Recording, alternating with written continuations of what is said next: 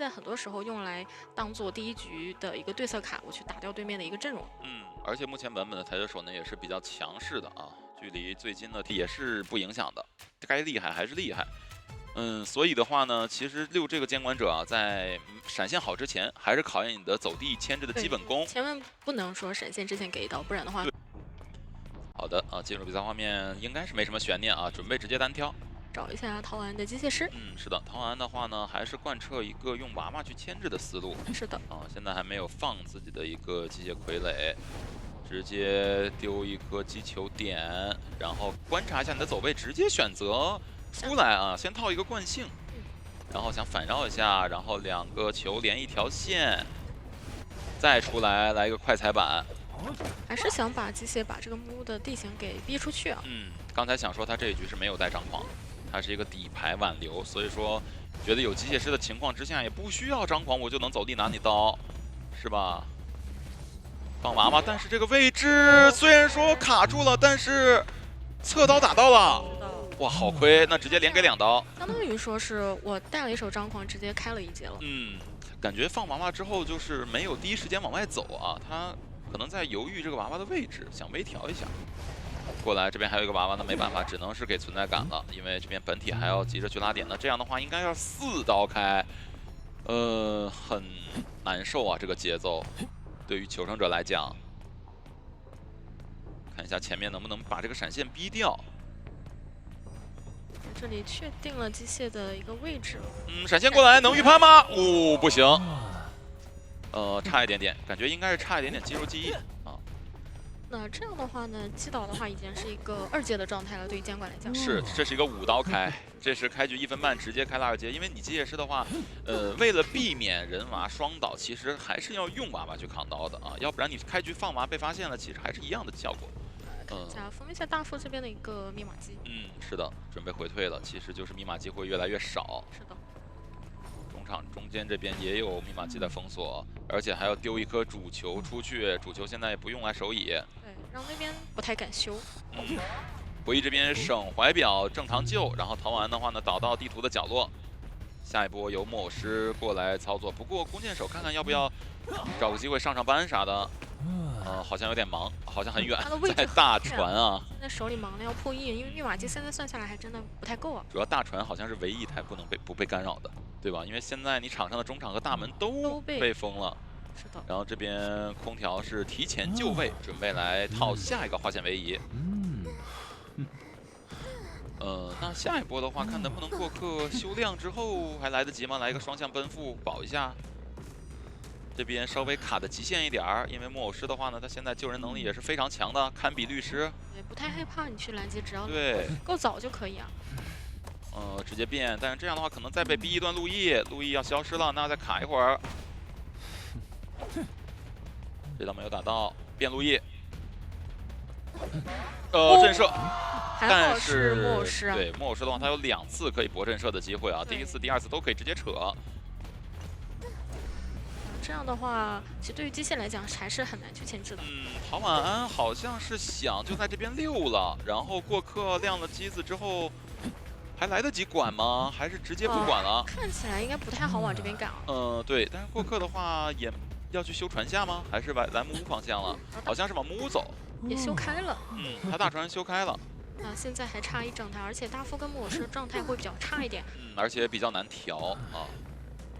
木偶师的话还得磨大副2次，最好是。看一下，好像是有点嗅到2个人的位置了。是的，只能调整好来大副啊，毕竟单刀嘛。空调就会比较难受，还是个半状态。有一次变身。没错。过客那边起心机，然后应该是等这波变身结束之后，直接主球拉轨道，不拉了啊，不拉了，直接击倒了，身距是够的。那外围的机子修的倒是非常的远啊，他现在想过去先封一个封闭领域吗？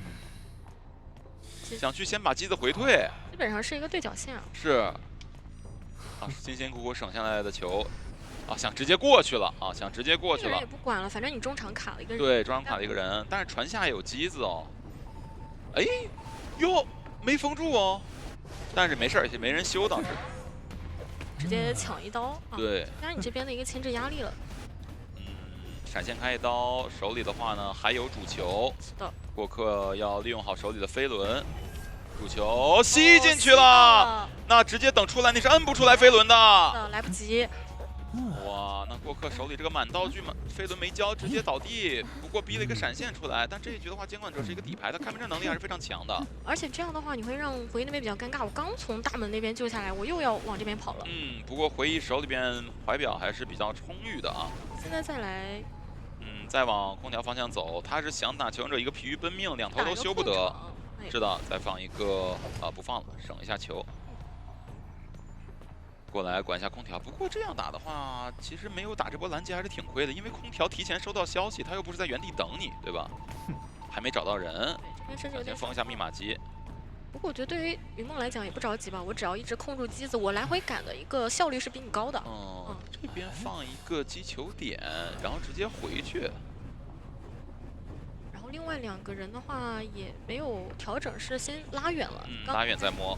拉远再摸，因为这台机子一直在被回退嘛，也不着急。抢是抢不开，但是这里又发现了2个人的位置。哇！我感觉他排人的一个意识还是非常好的。是的。想一个机子，一个球管机子，但是主球还是用来了管一下过客，而且过客这一波是扛住了压力，扛住压力吗？扛住了，这波主球没有收到。过去再管一下空调。那这时候再爆点，2个人再摸，那现在雨梦有点被拉扯出来了，有点犹豫了。雨梦是，主要还是刚那一波没有击到弓箭嘛。对，主要是他就是手以大负的时候，他真的不能守的话，他底牌是好不了的啊，他只能把底牌拖出来，然后再打一波手以拦截。看一下过客这一次的一个牵制，再给一个臂弩，一个蓄力，但是99吗？我的天哪，差一点点，真是差一点点。一个数字是。太令人窒息了。那这样的话，弓箭手是一个2挂。对，感觉我们这个第5人格有很多令人窒息的这个数字，是吧？比如说24，对，差一点没起来。好，回忆这边直接卡在这里，准备救。那另一侧密码机的话，暂时管不到。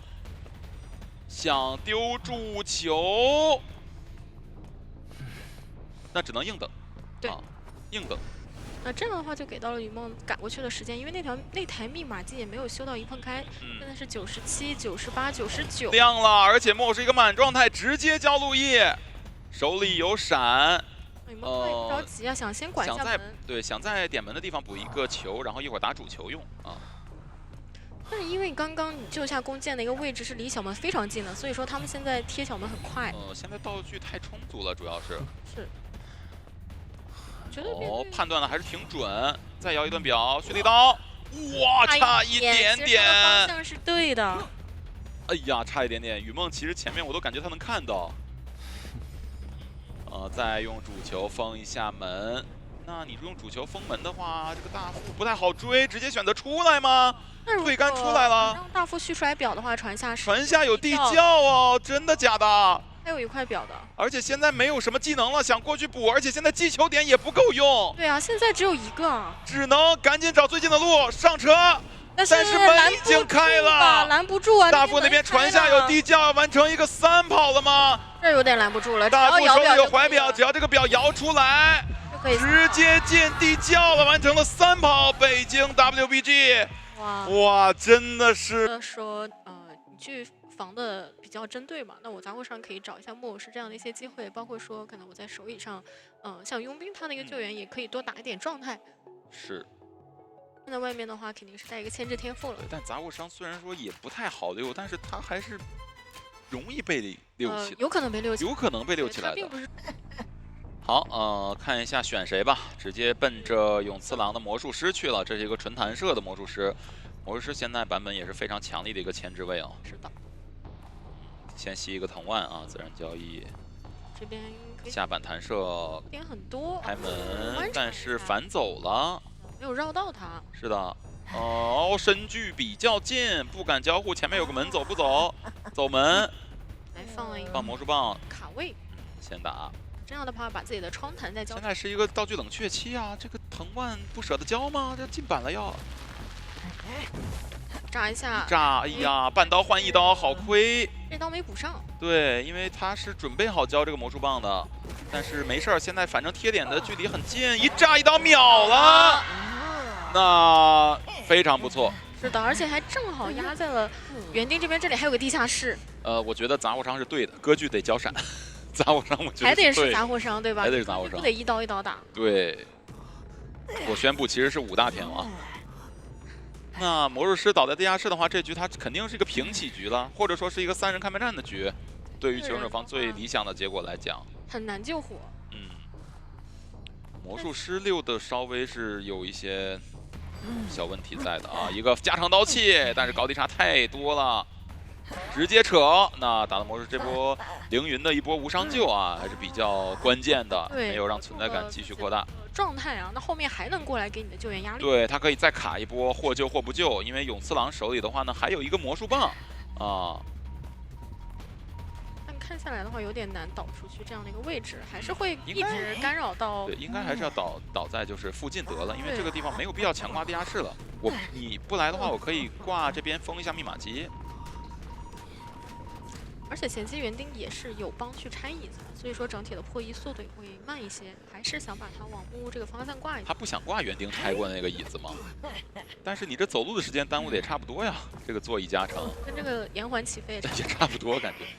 他挂这边的话，这个海景房那台密码机是可以修的了，反而解放了，因为你真要去过去干扰，很有可能把人偷了这边。是。然后他们是选择让木偶师过来救。想让木偶师跑远一点，但是也没有去选择变身。打了。对，对于勇次来讲，他就是每一次被救下来之后，我先优先跑到监管刀底下。说实话，这一波毕竟有魔术棒嘛，他可以努力去溜一下。他是想加速来到这边园丁都拆过椅子的一个位置，他甚至放了魔术棒加速，让自己往这边倒。是的，想打一个快摇体系啊，然后那怎么办？现在椅子封了，没招了，没招了。就是拖一点时间吧，总比说我直接倒地被你马上挂上好一点。哎，这个吸了个门吧？那这个椅子是可拆的，那就挂另外一个了。你拆吧，我挂另外一个了。刚才那椅子刚是封的。哎，我觉得捏捏处理这个很好哎，处理的真的很好。虽然说不知道他是不是故意吸了一个墙，但是反正这个椅子俩椅子有一个能挂不就得了。感觉这一波还是会让他有点浪费时间嘛，因为毕竟星辰那边如果你要追的话，他也是个满状态，而且带的是一个牵制的天赋。只能说现在就是一个保底平局，因为他只要开门战不去有太多的想法，东追一下西追一下。对，园丁他是不可能溜动的，毕竟我底牌大不了我切闪现，是吧？那么多的选择，跳下去，开门。这里续盾了，而且这个是没有扎到。不过这个盾的话呢，只能延缓一点吃刀的进度。吸一下，然后盾要消失了，一炸一刀，哇！星辰这边也是没什么办法。藤蔓直接跟，看一下这里能不能扭掉，因为板子还是比较多的。对，还是就是扭掉了。是，那这样外面的密码机其实已经差不多了。对，不过要注意的是，地窖还是在海边。没有躲掉啊！这个藤蔓也是比较精准的，而且这一波还能打一个手椅的机会。凌云过来去准备救援。那有一个换位需要木偶师他去压那台71的密码机。对，而且木偶师这一局是没有回光返照的啊。看一下捏捏是有没有什么更大的梦想？好像想手椅了，留底牌。其实没必要，确实这时候没必要有梦想。这时候去争，不一定能争出啥事儿来。万一争的出事儿了就完了啊。我觉得稳稳手椅的话，也是一个很好的节奏，对于监管来讲。哎，直接就有梦想，对吧？看到刚刚没摇嘛，那我先不管。那现在密码机摇了，我就是过来了。捏捏就是放平常心，正常打，对吧？我不管你那么多，而且现在追没有回光返照的3叶不一定是个坏事儿。这个交互不敢交互，硬走的话又不够，距离不够，只能赌交互，赌捏捏反应不过来。哎呦，还是隔窗刀了，没办法。虽然翻过去了，但人还是要倒了。是。哎呀，但是终归是切了传送啊。虽然大概率还是能开门战留，但是这个局最好对于捏捏来说还是不要再去打开门战啊，看看有没有机会，比如说打一个手椅救不下来，或者打一个拦截。但主要凌云这边他是个满状态，还是很难说让他救不下来，只是看能不能让他早点救，因为园丁那台密码机是不够的。对，不过对于捏捏来说，好消息就是，3叶对3叶他不可能再恢复成满状态了啊。现在想打一下佣兵的一个状态。过来追3叶，你要用藤蔓了。哇，很准啊！那这样求生还得再过来救，因为现在密码机也才70多。对，只能再过来救，但是佣兵手里也没道具了。现在这个局面吧，开门战也没有人贴门，甚至是一个多抓局，要是正常打的话。但凌云现在甚至不好救，一旦吃到一个4分一炸一刀，对吧？就没法救了。不过那个藤蔓应该是消失了啊，可以救。救下来的话就逼他们直接亮。对。哦，这个抽到没抽到？想先开门抓佣兵吗？哦，吸一个藤蔓。封一下这块板啊，因为知道佣兵你已经没道具了。是。造个短板。哎，还能躲。哎呦！哎呦，凌云是这个走位还是非常秀的。但这个已经是让木偶师逃得很远了，拖了很久的时间。木偶师不敢点小门，想去绕大门，但是的话呢，捏捏往小门方向挂，排不到耳鸣的话，有可能选择原地守乙。我感觉会传过去吗？藤蔓过来看一眼啊，看对，藤蔓他只能看，不能排耳鸣。然后佣兵也是没挂，不会真要传吧？哦，主要是星辰那边不好吧？演了，不好吧，捏捏？绕过来，平局就是赢。变路易给点压力，以为我要赶路，透视到了。对，以为门开了，我这边要走，过去，但是过去了，完了，右边3叶也溜不动，倒是这个点。对，但主要就是把你的这个传送给骗出来。对，过来，进大船，前面的话能不能炸一下？就差一炸，这边想直接倒在这里，让队友保平了。这样再给一刀，然后下去。一个落地刀，但是这个点已经来不及去小门了。对，还是能保平。救下来直接点小门就可以了。是的。捏捏的话，我觉得他也是心里有数的，他是看到了这个木偶师的身影，对剪影，所以他敢于交这个传送，就是即使落地没人，我能接受，我背后有一个木偶师，我可以追就可以了。就反正我确定大门有人，我才交了。对，捏捏在想万一呢，是吧？万一你这个园丁，万一是2个呢？对，万一园丁还没把门点开呢？对，是吧？我可以先拦园丁，然后木偶师还要回头，就比速度呗。不过这个局确实也只能是保平了。是的。就这把的话，求生还是在一个追古董，还是追小说？要不带个兴奋吧？反正你打闪现的话，你就等吧，且等。闪现的话，反正就好像技能之前你是肯定是要闪开的，对，而且之后还再另说。你这一局是必带张狂的。对。比较好奇他的这个辅助特质带的是什么，包括天赋上的选择。是的。小图的话，我觉得张狂就是放弃底牌是完全可以接受的。这个阵容你再带底牌，说实话。好的，进入比赛画面啊，前方是3叶的飞行家啊，3叶飞行家也是比较绝活的那一档。对。然后右拐的话呢有勇次郎，但是好像直接想追3叶了。安装出来，但是3叶这边应该是没有被骗到，直接进木屋了，那不管了。也不想管他。对。想去大门比较难追啊。但求生这边也是有提前爆点嘛，所以说等你来到大门的时候，人已经是拉到大房里去了。是。那中场应该就只有一个救人位在。甚至救人位都不在。对，就是给个耳鸣而已，在大房，星辰给了个耳鸣。那就先逛一会儿。找凌云吗？手里的击球点已经有6个了。但凌云这边，作为一个救人位来讲，还是比较好牵制的。最终还是找到了勇次郎，而且封住了密码机，直接一个退杆出来。也很细节，你不退杆的话，我是不进行交互的。不过勇次郎这边直接往左侧去走转窗，是亏了一点身距啊。这边前面是有被闪开的风险的。就已经是使用云门嘛，给你拉开这样的一个身位。想预判，但是这个不会上当直接是开刀，闪现开刀，然后开始打，1、2、3 ，OK， 打满。看一下勇次郎这一波，这也是没办法，但是有一个主球。主球的话拉走，收到，棒，飞轮能摁出来，一个清刀带走，还是比较秒啊。对，主要是那波主球没有躲掉，而且下来之后也没有牵制起来。这个确实是，还是可能确实有闪开之后也不是很好的溜。对。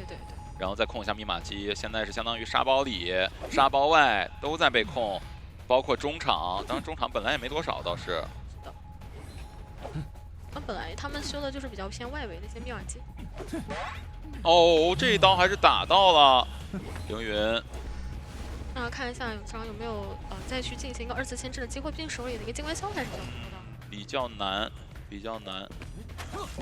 哎呦，这是捏捏其实很细节，蓄力刀前面我先原地站着，等你出刀，等你出这个机关销。啊，对。对，然后我再过去打。那现在的话，场上唯一的一个硬 OB 位已经是被击倒了。小说家这边又有个地下室，有地下室，那是应该是队伍安排，让他倒这边就别救了。对，可能地下室的话，你往楼梯口放个主球啥的，人都根本出不去啊。对，就既然你没溜动，那你也别，你就多挂一会儿，是吧？至少在地下室的话，你让这边的一个台球手没有办法先管一下外面的密码机。但我说实话，这一局台球优势太大了。他的密码机算3整台，对，3整台密码机想去打一个2阶台球手，而且手里闪现也快转好了，这肯定是没人救的。哎，三叶过来给点压力，又走了，不给压力了。那这时候还没有耳鸣，可以出击了，直接走，而且沙包里的又被回退了一次。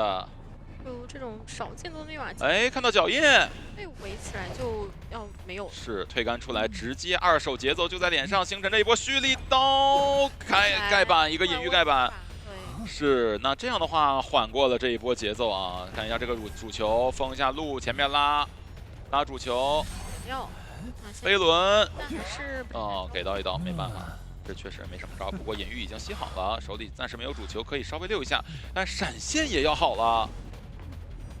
不管了。现在来讲，他还是想控沙包的那2台密码机。对，不能深追，他是想着，但是其实现在优势挺大的，起一波手椅也挺好。因为好像就算你击倒了小手家，外面还是会差一点。我直接过板，不博弈这种板次。那怎么说？继续追，起码逼块表。对，那对于另外2个人来讲，就赶紧先调一下状态。我觉得凌云现在也不太会给到你一个闪现的一个身位。对，不过外密码机也没动啊，捏捏也不着急，一会儿状态调好了，捏捏就更不着急了啊，知道你们没摸密码机，干什么都行。好，把表逼了，你这个闪现就先留一下吧，不要闪空了。看一下前面第二段没有摇到，前面想扔一个主球收，你要小心不要被主球收到。第3段摇到了啊。主球先封一下路而已啊，限制一下你的走位。对，那这个凌云他的牵制还是非常 OK 的。对，这边好，现在成白板了，到了一个大房的位置。但是沙包里那边有一个提示了，密码机进度在涨啊，沙包外那台。再去找星辰，把大副道具逼完了，反正后期再处理也是可以的。推杆出来，但星辰这边其实还是跑得比较远的。但手里是有道具的，对，有隐喻，他能够牵制，而且飞鹰家跟大副又进行了一个状态调整。是，打这个主球封住这块板区，收过来。打，因为这种的话，他不主动把球抓过来是摁不出来任何道具的啊，肯定是要持刀。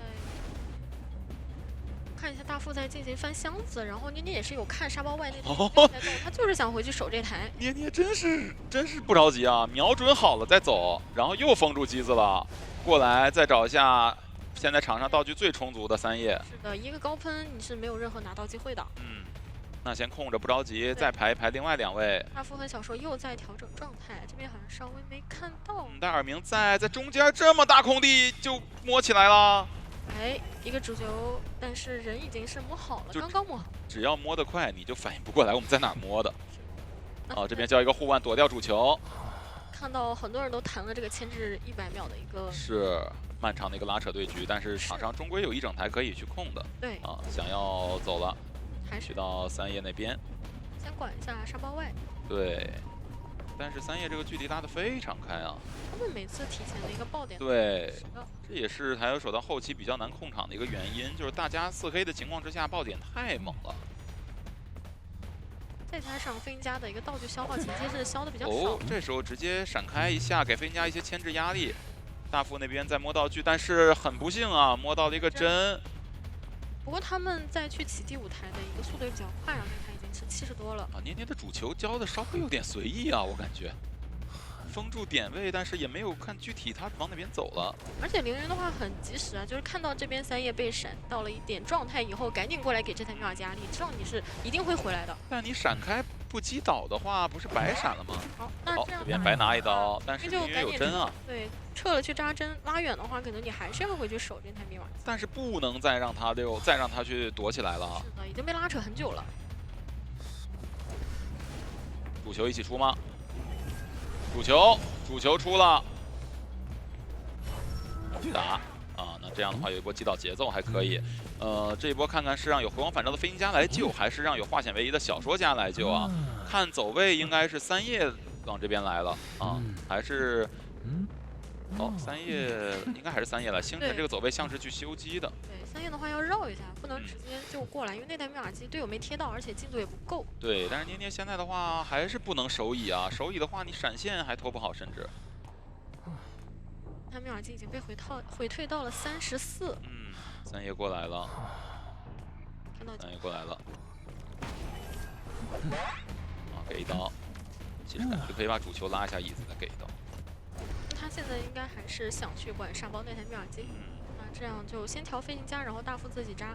对，反正先拖闪嘛。对，而且再过来追星辰的话，其实他也是能拖这个时间的嘛。状态是好的。退杆，然后10秒钟的一个惯性，还是能看到星辰的啊。星辰的话呢，手里还是有道具没有交。主要是他们留的一个密码机位置也会比较近一点。对。哦，飞轮走位啊，被吸到了。哦，给到一刀。那他现在已经从沙包外溜到了大门树林啊，那这样的话，可能念念又要回去管一下。是的啊，这一局真的是比较持久的对局啊。是。哎，想摸，但是另外一侧密码机暂时不管了，直接修沙包里了，有看到。因为你是之前没有封住我沙包里嘛，我一直跟你纠结在那一台上，可能对于球胜来讲也是比较慢性死亡的。是的。哎，这边方向还有点错乱啊。但没事，咱轨道多。对，那这个时候来到沙包里的话，其实人也已经拉走了。另外一侧也调好了。对，再回来的话，人也不见了。这个拉扯啊，你像台球手的话呢，他比其他监管者好的一点就是他的拉扯，他密码机也是不一定会掉，对吧？这个假想腰他是30秒持续时间到了出来了，捏捏，这个游览型打法啊。到了后面还是来追了一下飞行家。哦，头铁过板，头铁过，但是三叶这边博弈很优秀，直接交喷气飞抛身位，然后看到沙包外又有人修了，那可能又要回去了。回退一下，但是中场现在也来人了。对，就现在只要大家的一个状态调整起来，他们就会多台密码机同时开启。是。会有点控不过来啊，因为你击球点都给到这边的话，追击上也没有什么压力。换轨道。这边又看到星辰了，又拉走了。好，三叶现在又去沙包里修了。那同时凌云也在沙包外修。是，好，现在密码机真的有点控不住了。他都已经66的一个进度了。哇，好远的一个轨道之间的跳跃，最后还是选择追凌云，因为他手里他认为是没有道具的啊。主球封住了路，看一下星辰这台密码机已经83、84了。把主球拉过去控一下中场密码机，但是沙包里的呢也能跟得上啊。哎呀，这边是直接退杆出来走去管一下三叶包。三叶这边也不给什么机会，反正密码机就慢慢磨嘛。是。然后那边大副这个一针两用啊，又炸满了。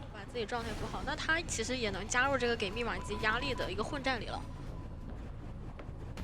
甚至说他有时间去贴个门啊，或者补充一下道具之类的，因为密码机应该是已经密码机已经安好了。哎，看到了要贴门的大副，那有点想针对他了。其实求生者这边开门战有点难受啊，因为大副他是有可能被秒掉的。对。但是现在又不开大副刀。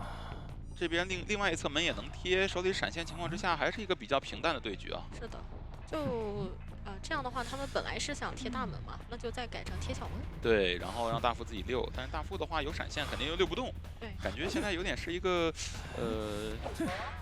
预制的平局啊。还是不着急亮，想给大副摸道具，但是星辰也摸到了针。这么多针，没事，对于凌云来说，可能一个进度更满的针拿在手里更有信心啊。对，只要他有时间扎就可以了。想回退，想偷袭他回退，等6秒，但是这边也是提前叫开了。然后地窖的话是在大房的一个但是他有闪现，他有闪现的，对这个点是不可能走的。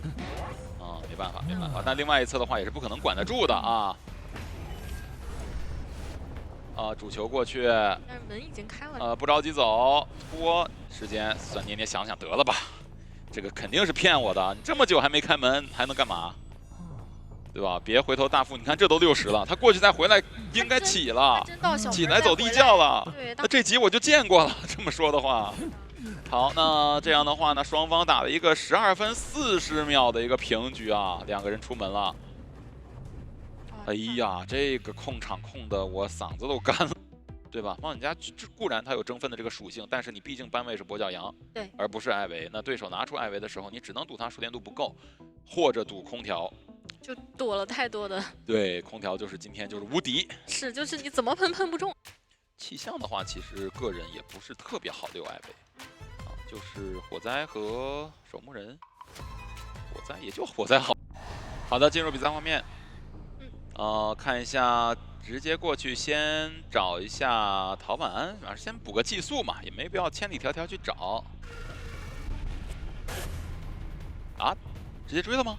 直接就过来了，然后冒险家不找了，有59的一个侵蚀度。真不找了吗？假装追吧，真追，哇！那这样说的话，我只能说这个冒险家选神了，一个强风。但是还是看了一下的，过来再看一下这波隐身吼，现在想，现在想骗一下红光啊，但是有点卡住脚了。那话也意识到了，我直接就拉开刚刚那个点位了。对，再等下一波寄宿嘛，下一波寄宿的话，看看能不能高侵拿到。对，但是隐身吼没有喷到，本体吼还有一下闪现可以开，身位比较远，而且陶完手也是有道具的。闪开，现在想再多看一会儿方便飞轮消侵蚀度。89。伊斯人，对，伊斯人，我以为他是暂时有点失联呢。好，伊斯人过来了，然后这波寄宿，哎呀，也不着急啊，不着急，还干扰一下回忆。还不急吗？还在等待侵蚀度再掉一掉，让他没有办法飞轮卡，但是还是卡掉了。陶晚安，那这样的话，这个追击节奏就非常慢了，有点毁了呀。他手里下一个强风也给画出来。是的，现在就看本体吼能不能中了，因为附身吼已经交过了。本体吼躲掉，隐身吼中了。这样的话，前后夹击。不过我觉得这个牵制已经是比较到位了，只不过前期稍微干扰了一下队友的密码机。但冒险家手里是有半张书页的。对，冒险家手里有书页，其实这局总体算下来是3台以上的。对，3台半了。所以这个牵制的还是非常好的啊。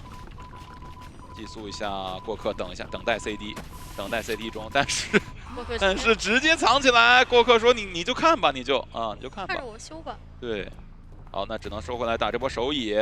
回忆这波手乙的压力不算很大，因为没有给到一个寄宿，再卡一卡，直接扯了，无伤救，对，强风推开，想再逼一波寄宿，还能进点呀？追猎起能进大房这块板，起不来啊，感觉就6000。没事儿，这伊斯人回来再帮个忙吧。怎么感觉西洋他这个艾维他伊斯人和本体稍微是有点配合的不那么紧密呢？就可能有时候先完成了伊斯人，然后再对，就是感觉比较割裂。但是没事儿，短板博弈直接打断一下，不用打断了，可以这样直接是击倒。上了一个2挂，但是现在密码机还是挺多的。有一台35的差多一点，而且空调这边好像没有时间去破译啊，他得去套这个化险为出来。过客这边稍微被干扰一下这台最后一台密码机，空调已经在外围躲好了，就是在这个四合院的箱子附近，想寄宿一下回忆。但是大家都是满状态，谁又害怕呢？啊，你就算过来给我，没有人害怕，就硬修。对，空调这波就看这波手椅博弈，直接又扯了，还扛到了。快呀！而且现在陶完身上还有寄宿 CD， 这个还没有办法第一时间寄宿。密码机已经64了。寄宿过来，飞轮没有消息，但穿错逃骗了，但没有关系。附身后还有附身后的机会，躲掉了陶完，躲掉了附身后，密码机已经快压好了。前面的话交闪，94、95、能不能捡起来？ 96、97、能不能98、捡起来？他捡不起来啊！可以亮，这样的话一个4人开门战。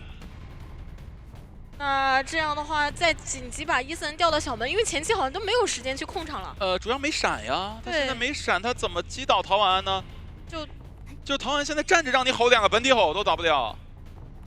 另外已经在点门了，陶完这边巨抗压，甚至还有一个地窖。现在到底是管伊斯人还是管本体？本体追不到人，要不管伊斯人控个门？伊斯人的话一直有点没跑到。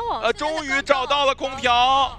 但是也不寄宿，这边又击倒不了唐文，还在硬追，对面也不敢偷门，但是另外一侧门已经在点了。大门那边也一样多了，你现在管不到大门。偷偷看一下，不看了，想就留一个吗？不是，其他人就去大门了。去大门了，小门已经是这个放掉了，空了。对，那就准备留住陶完了，但陶完这边直接出问题附身吼啊，没有躲掉，没有躲掉啊，躲掉了这个本体吼。那这样的话，伊斯人能不能过去再稍微管一下呢？从大房再转到大门，人都已经走了。现在就剩空调了。对。那这样的话也是要恭喜北京 WBG 晋级下一轮了。是的。哎呀，这一局真的是太酣畅淋漓了。但问题的关键在于，这个园丁他有可能会成为突破口的呀。对，就像我们前面说的，我先逛街，等到你的盾快消了，我才会追你。这样的话，我还可以闷掉穷者的一个化险为夷，是可以的，双弹化险为夷，对，都可以去直接追了。是的。看小玄宝这边怎么去找他们的人了。这样的话，他其实如果说先赶大副的话，就不太顺路了。我觉得他有可能会直接去找园丁了，因为离园丁的距离确实太近了。对，上来带的还是个闪现。没错。那他的想法是先去赶一下大门的教授。是的，找羊驼。这样的话，园丁也是可以第一时间开修，没有像我们说的那样去选择追园丁。对。他一时间没有找到这个耳鸣，也没有找到人，但应该也不慌吧？你从这个位置直接有个耳鸣，它也就代表就是在这边船尾方向的船尾木屋。没错，这小屋就一块板，踩完以后可以考虑直接转到边上的双板。没错，要进行一手技能的博弈了。是。反去博弈，鳞片直接交出。是的，直接弹刀。是。那这个位置2块板下回速，哎呦，反应非常的快。羊驼一个板弹，然后直接往外拉，但是拉到了这个地方反而是一块短板啊。对，比较危险。他自身现在已经没有技能帮助了，这一刀得吃。是的，断了一下隐月啊，也还可以。他这一刀吃的还比较赚。没错，而且这个进度来看，其实没有带飞轮嘛，下一波闪现好了是有可能直接击倒的。是，看一下小熊，哎呀，撞墙了，那就有点可惜了。这里瞄的。外面刚好有一棵树，外面有一棵树，所以它可能卡到了那个树上面了。那应该是斜着闪的，没错。那这个点最后一块短板，看一下双方的一个博弈。是反弹是没好的，但是这波走位骗了一手，银月可以跟上拿刀吗？好，拿到回之车。我密码机已经有一个2台半以上了嘛？是的，是的，多了。其实最少的那台大副的就在中场，他甚至可以多修几秒钟，再考虑卡过来。2个化险为夷，说不好还真的是有机会打出来的3旁面。是。那园丁把小船的给修开了，所以穷者选择让园丁过来救援。这板下了可以站盾，卡脚。如果刚刚没有卡脚，这一刀是不是有机会能拿到呢？是，但是关键园丁还是比较安全的。对，就算拿到了，他其实也可以往前跑几步，能早点逼救嘛。对。那这样的话，时间就被园丁完美的拖出来了。这一波把教授救了，教授直接往双11角落倒，园丁原地再起一台密码机。理论上来讲，射吗？哎，雪剑直接哇，过半了。那好难受啊，卡了半天，结果把队友给卡过半了。对，他本身是想着我先卡个半，然后把你这个人往船尾一架，我到时候再拆礼仪体系，这样就能打出一个4人开门战。没错，很可惜啊，就这一波救下来，其实他们不打体系，直接修大门的密码机，我觉得都是有机会够的。是。但问题就在于没有掌控好这个淘汰进度。现在教授手上没有鳞片了，这一波应该是不太好牵制了。对，看一下小玄宝这里多久才能处理掉？哎呦，刀气博弈的挺好的。是的。哎呦，利用这块板其实拖了很久了，是都拖了10几秒的时间了。还在博弈，一个慢翻是，终于是打倒了。那这里挂上了船尾之后，自己再去改一下大门。园丁手上那台其实是可以不要的，他现在就是保证自己的安全，因为外面的话大副已经在开一台新的了。他现在不能出现，因为你的化险为夷，包括你刚刚的双台都已经是露出来了，哎，确实对吧？你刚刚翻靶的有明显的加速，监管者是能知道他已经没有带一个回笼反照，一旦他要再出个面，监管者直接针对他，这局就能打一个3抓面。是的，而且他还是一个半状态的，如果瞬间被找到的话，其实是最好突破的一个角色。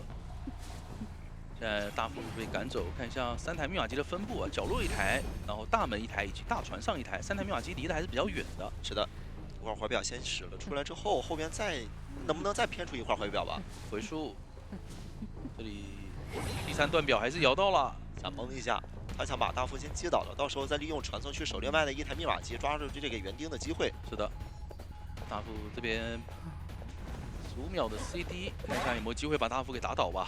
这个表可能也传送了，还要再追吗？想打击倒再传送吗？这样的话，求生者在这个地图其实是要跑很久的，地图比较大。但是现在表还有2秒钟，这块板很关键了，博弈到了。这个怀表就算是好了，他也不能用，因为他这个怀表得用在开门战，得撑住自己一个时间。没错，现在一个传送落地，园丁的一个位置再往双11转，是这地方还是能够拖一会儿的，感觉有机会能拖到大副交绝处逢生之际。对，毕竟手上还有一根魔术棒。而且等大副一会儿过来贴救援之后，他自己再能去拖到那边大门点开。哎呦，这边还把隐月给断掉了，是还能拖一下时间。是，园丁手上还有根魔术棒。不过正常来说，如果打倒的话，他还是有机会多抓，毕竟园丁是没有回光返照的。是，现在密码机可以直接亮了呀，对吧？就看一下这一波翻窗完有没有机会打倒吧。魔术棒可以用，要用吗？用了，摇掉了。监管者在预判。但是这样的话还是没有回光返照啊，这个点还是直接通电，求生者应该已经贴到了大门了。传送时间不够啊，这时候大门要是能贴，门是能开完的。是。再骗。哎呦，这个位置真让园丁给牵制起来了。对，主要还是前面有一波断的隐月，非常的可惜。那终于还是打倒了，但是求生者的门还没有贴上。大副刚才应该是交了志气以后，想上大船去帮忙破译，结果上到了一半。通电了，所以他又跑下来，所以离门非常的远。对，看一下大门，大门，哎呦，直接回溯吗？他看到门口没有耳鸣，他决定回来先挂。他想拖自己的传送时间。是的，因为他走了这几步的话，你只要门没有点，那么我这个传送时间是能优于你这边的门一个点开的时间，我先还好的。没错，我确定你门口没有耳鸣的话，我回溯防止园丁交志气，这样的话局面会更乱。那他现在这波排人可能就得去考虑。排中间卡着的这个人了，但脚一直在卡，你这还不如用传送呢。这门是能点开的，手上有猴是能出去的。是的，那现在大副爆乌鸦了，他还有机会留大副。大副手上有一个表，可以触发4人员强行救人。有，但是我觉得可以打呀，你把4人员打出来。刚那个位置我感觉是能直接预判打的。是的，他打的话，大副这个距离不一定能够冲出去，毕竟他还可以传送卡位。是。那现在看一下求生者这里的一个安排。对他得卡位，再打一刀，还是2个红圈。园丁能走吗？园丁刚好倒在了门口，就差一点点，差1秒的时间。是，其实如果园丁去走1板1窗的那个窗户，交一个窗台，我觉得是不是更有机会一点呢？就他是一路走直线过来的，并没有触发他的一个膝跳反射。是的，就可能就快速进入一个追击节奏，就看你愿意抓木欧的鼓动伤，还是说是抓这个大船的法罗了，对吧？2选1。而且对于使徒来讲，他其实中后期还有一个好的点，就是没那么害怕古董商的 OB。是，一只猫换你一个飞轮，然后下一波的话就可以稍微直接把人给强挂上了。选点的话是直接把中场让给了使徒，这样的话也能封到大船的密码机。那这应该是要找古董商了。也不好说，他也有可能说，这只猫是直接往船下放，那这个点位的话，大副也是往大船跑啊，果然是进入了一个1追2的节奏。法罗窝在里面，他也不太敢走。现在就是想让他直接使出来啊。没错，这是一只探路猫。哎，往回走，也算是骗到了监管者，跳了下去。尝试蒙一下，但是人已经跳动下去了，第一个表已经逼了出来。但是现在无锡再去找人的话，他可能会错误的往海边排啊。哦，没有去，目标很明确啊。要不就抓大副，能找到法罗吗？对他找到了，看到了。对，那个点位应该是能够远远的看到法罗。那他这个排人的位置非常准确啊，他没有怀疑这个法罗去海边那边进行破译。这只猫应该是没法咬到了。打这种打的太多了，哎，直接沉默到了。是的。交出一个权杖，但是人反而是被沉默暴露到了一个位置。哇，这一刀拿得非常快啊！那下一波他可能得考虑再放一个权杖，让自己快速进入隐身状态了。这手里是个闪现，只要接近了就接闪。密码机现在完全不够，翻窗了，要接闪吗？在骗，飞轮给骗出来了。是的，飞轮骗了出来。那这一波再续一个权杖，让自己快速进入隐身。是，能预判到吗？哦，这个猫也是咬哭了，被骗了。那这样牵制时间就有点久了。刚手上是有闪现的，这里可以考虑直接，没交出来。还是有点谨慎了。是。那这个点其实可以早点交的，因为你已经确定他的飞轮是在上一波自己交过了。晚了太多了，飞轮都已经交了，那一波其实就可以直接跟闪了。是的，是的。而且其实对于他来讲，这一波的追击节奏并不算快啊。我们前面已经讲过，古董商和飞行家他的破译速度非常快，甚至他们的第4台和第5台已经碰上了。如果说刚刚波飞轮直接交的话，他果断交闪，这一局其实他还有一点那个3双面，但是现在更偏向于一个平面。没错，这边飞行家化险为夷，能成功救下来吗？先打一刀，想打个 AUA。是的。回来这个猫有点慢。好像还咬不到，是。那这一波法罗可以倒一个比较角落的地方，下一波等大副破完了手上的密码机再过去救援。跟跳过来拿到这第2刀。是，这个密码机节奏其实跟上一局很像啊，但是不同的点就是在于上一局是一个过半，这一局的话可以救2波。没错。法罗现在双弹加飞轮也是已经暴露了，所以对于使徒安来讲，他这把也有机会可以去争一下上限。这化险为夷时间并没能倒得太远啊！他刚才跑到木屋方向，然后又回头了，好像是木屋应该是个地下室，我觉得。那这波再拉回大门的话，其实对于飞行家的破译还是影响挺大的。他倒在小船后是最好的，因为你倒在这个点位，你让大门密码机没办法破译。是，大副还交了个怀表，有点亏。你这个怀表要是能留到最后，毕竟他的队友还有2个是没有带回光返照的。没错。那最后的一台密码机，飞行家一直没有在破译啊，这个节奏就不是特别好了。大副想帮忙扛，下以后有隐身，这一波看一下大副怎么保人吧。猫直接跟咬，翻窗过来，想尝试这方没能抽到，强行翻了过来啊，给上自己一个窗弹。外板区你过不来呀，因为大副他在这里把2只猫都吃了。是的，他前面其实没必要去强行翻这个窗的呀，你要等使徒安去交彩板的时候再去翻会更好一点。没错，想配合古董商过来进行帮忙，但是古董商赶不来啊。只能说这个中后期的运营确实是有点乱了。对。其实不管是干扰遗产还是说保队友都没有保好。刚刚最好是你大副把人救下来之后，直接配合飞行家2个人双人破译，这样破译密码机就能直接亮了。你3人直接打开门战保平局。是。但他们的打法更像是想拼一波4人开门战。想让古董商配合一波直接打下来再开门，这样的话能去尝试着争一波3跑。是的，外面穷者也是在开心机了。现在对于古董商来讲，一个扫视没有扫到。没打到监管者。如果说能够处理掉古董商的话，其实还有机会。对的，因为对于使徒来讲，这个点位要拖一下自己的传送。哇，没有回光返照，大副还没有道具，这局面一旦要是能打到击倒，是能有机会去争一波4了。因为这把求生者其实天赋上面还是比较拼的，一只猫回头打点可以指引拉回来。怎么说？这波跳感觉没什么太大必要，因为距离很近，2边都在预判，而且古董商是离自己来的这个方向来的，他可能怕抡式。对。那这只猫可能要被废掉了。是，密码机现在已经85，能击倒，攻打倒，还有一波上移的节奏。大副想要贴脸直接救吗？还是说直接亮？应该是想回光返照救一波的。但现在没到海边挂。这样的话，太远了呀，直接开了。是的，因为他过来不了，因为你要是过来想要去船尾，他其实在半路途中我就能先给你打击退。你再想把这个人，我双猫一咬，我能咬你2个人啊！而且他有 A 晕 A 的对可能的。如果说你远远过来的话，我一个指引放到椅子面前，然后把你打飞。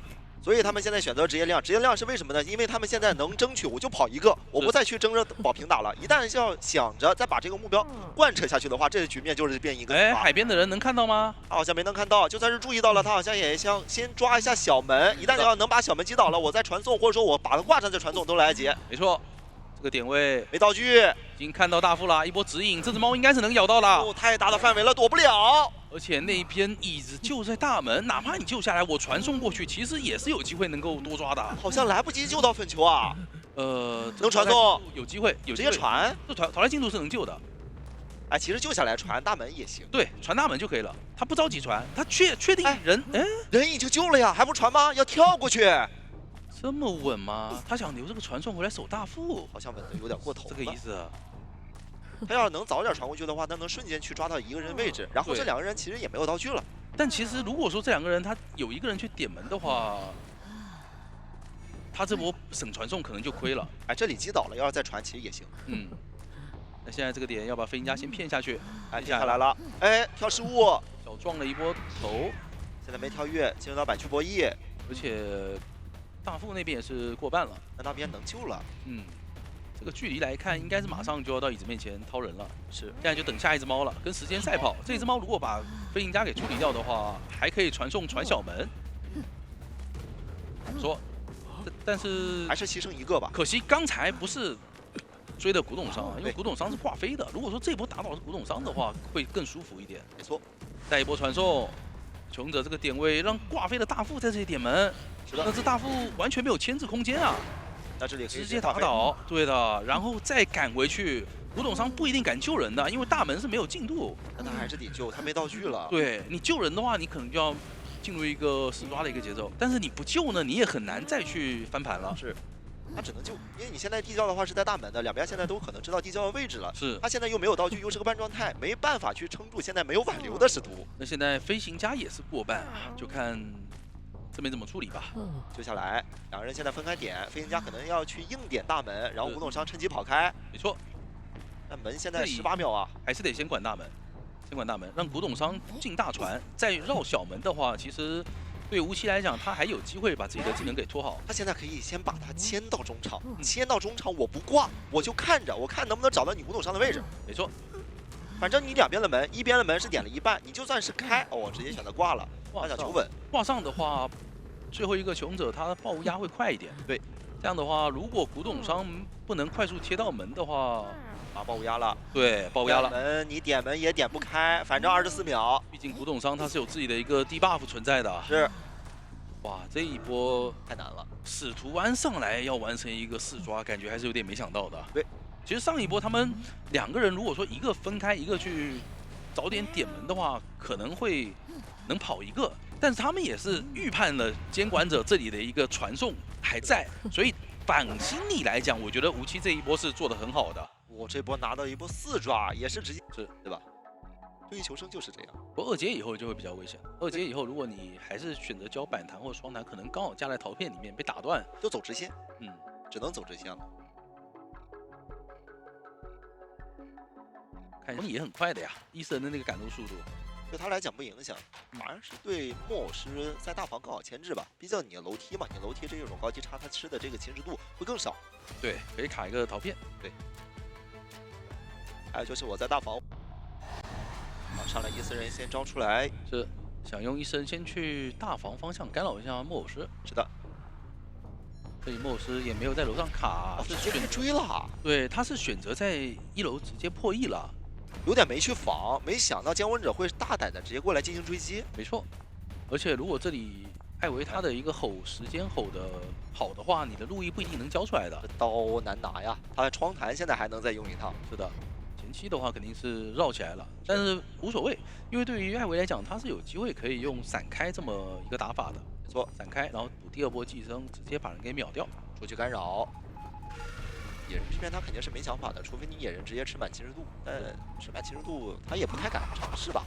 2个窗绕的还是比较久。是的， 59侵蚀度，现在没有满到60以上。野人故意吃满，就想骗你监控者过来，但是监控者完全不想去对你有任何的想法。这里下一波附身马上好了，这个窗户可以考虑直接架住。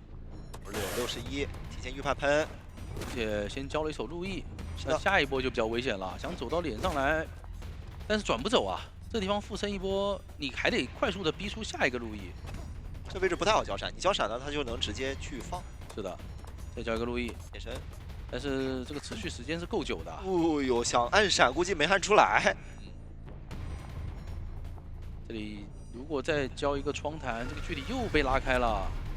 落地99，交掉了。用自己的失去顶掉了侵蚀值。野人要帮吗？好像不是很想着帮，因为一旦帮了之后，就给他一些存在感了。没错，但是等等，这个位置好像是有说法，能帮吗？帮不了了，被迫交出了闪现。对，那这里还得再考虑重新附身一下野人。哎，野人想操作一下，抖了一下95，哎呦，可以多拿一格存在感还是比较舒服的，让自己更快的到达2阶。他想喷完之后直接一个预判拱，但这个但是他本体太满了，对他本体和伊斯人都朝着一个方向嘛，也是比较难操作的。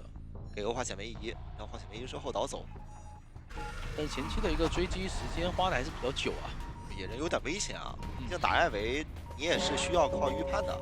先拿一刀，也是给自己开到了2阶，成功救下。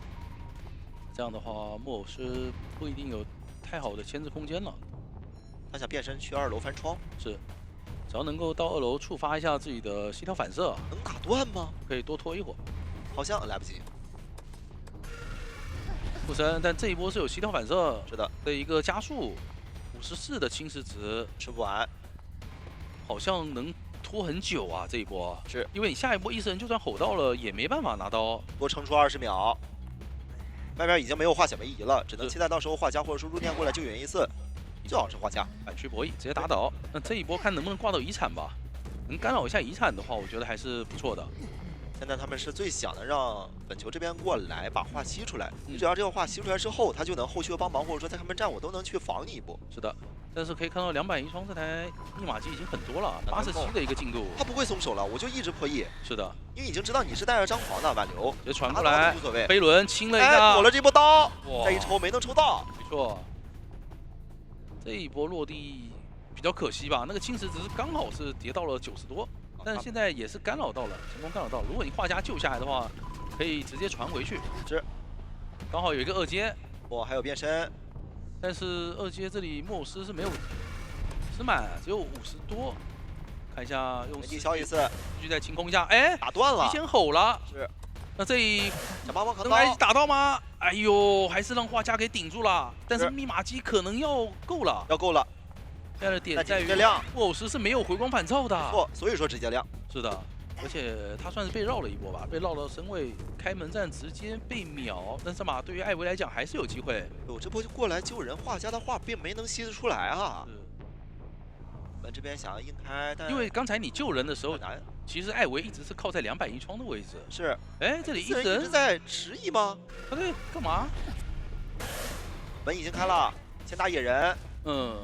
入殓师想强闯，哎，100的侵蚀度还能再击回来到一个，但是无所谓，我觉得先挂野人吧，先挂野人，因为入殓师那边是可以反生的，对，先把野人给挂上。画家的一个位置也在大门啊，想吸画，他想把这个画吸出来，对，想放画直接强救，反正画先画了，哎，但是还没能吸得出来。现在刚刚因为2级已经交了，先把刚刚画了一半的画先交出来。没错，现在画家的位置被架住了，他往外跑，他交闪。因为他这个闪只要交了，我不会管你入殓了，你入殓你爱反不反？是的。现在先击倒之后，我把你画家也挂了，再回去找这个野人。对，野人的一个位置，看一下他是野人现在自己往哪走是多少？是不是有点久了？野人起来了。是的。那这样的话，野人应该是可以安全的出门的。那入殓直接走吧。野人这边也是直接弃出走。没错，时间还是没能管住，因为在无起地牌的情况下，我觉得移形好。为什么呢？因为飞行家在，太远了，我可以拿一刀，然后你交喷气背包的时候，我再用移形去赶上，快速跟嘛。对，或者说气象其实也是这样一个道理，因为气象它也是有一定的月亮门。看看几个化险为夷，这样的话感觉不会去管这个气象和飞行家了，应该会考虑去追一下这个勘探员。但勘探员他又有能力去打断你的弱风，是会比较讨厌。状态飞轮，上来弱风先攒一下能量呗。没错。往中场走，看到气象上大房还要追吗？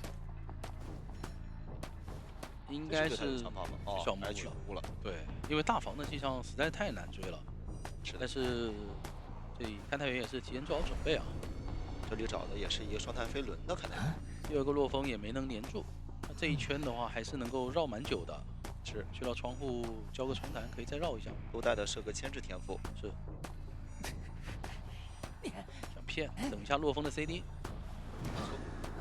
所以先交一个风行，加快自己的移速。不敢弱风，但是你磁铁交掉的话，他是可以考虑过去以后直接弱风连住拿刀的。这熟练度还是很高的。等你道具逼完了，我再交这个弱风。勘探员还有一个飞轮，哎呦，但是一个破轮。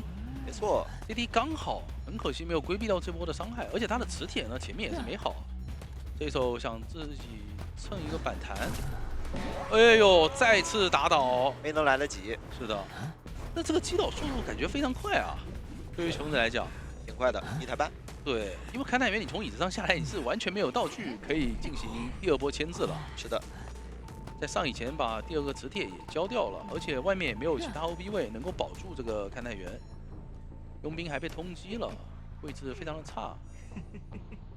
这里如果提前拿到，不好说呢。对，这一刀先拿到了，要移形吗？还是说是直接一个远袭过去？直接远袭，远袭，但是这样的模型杖。是的。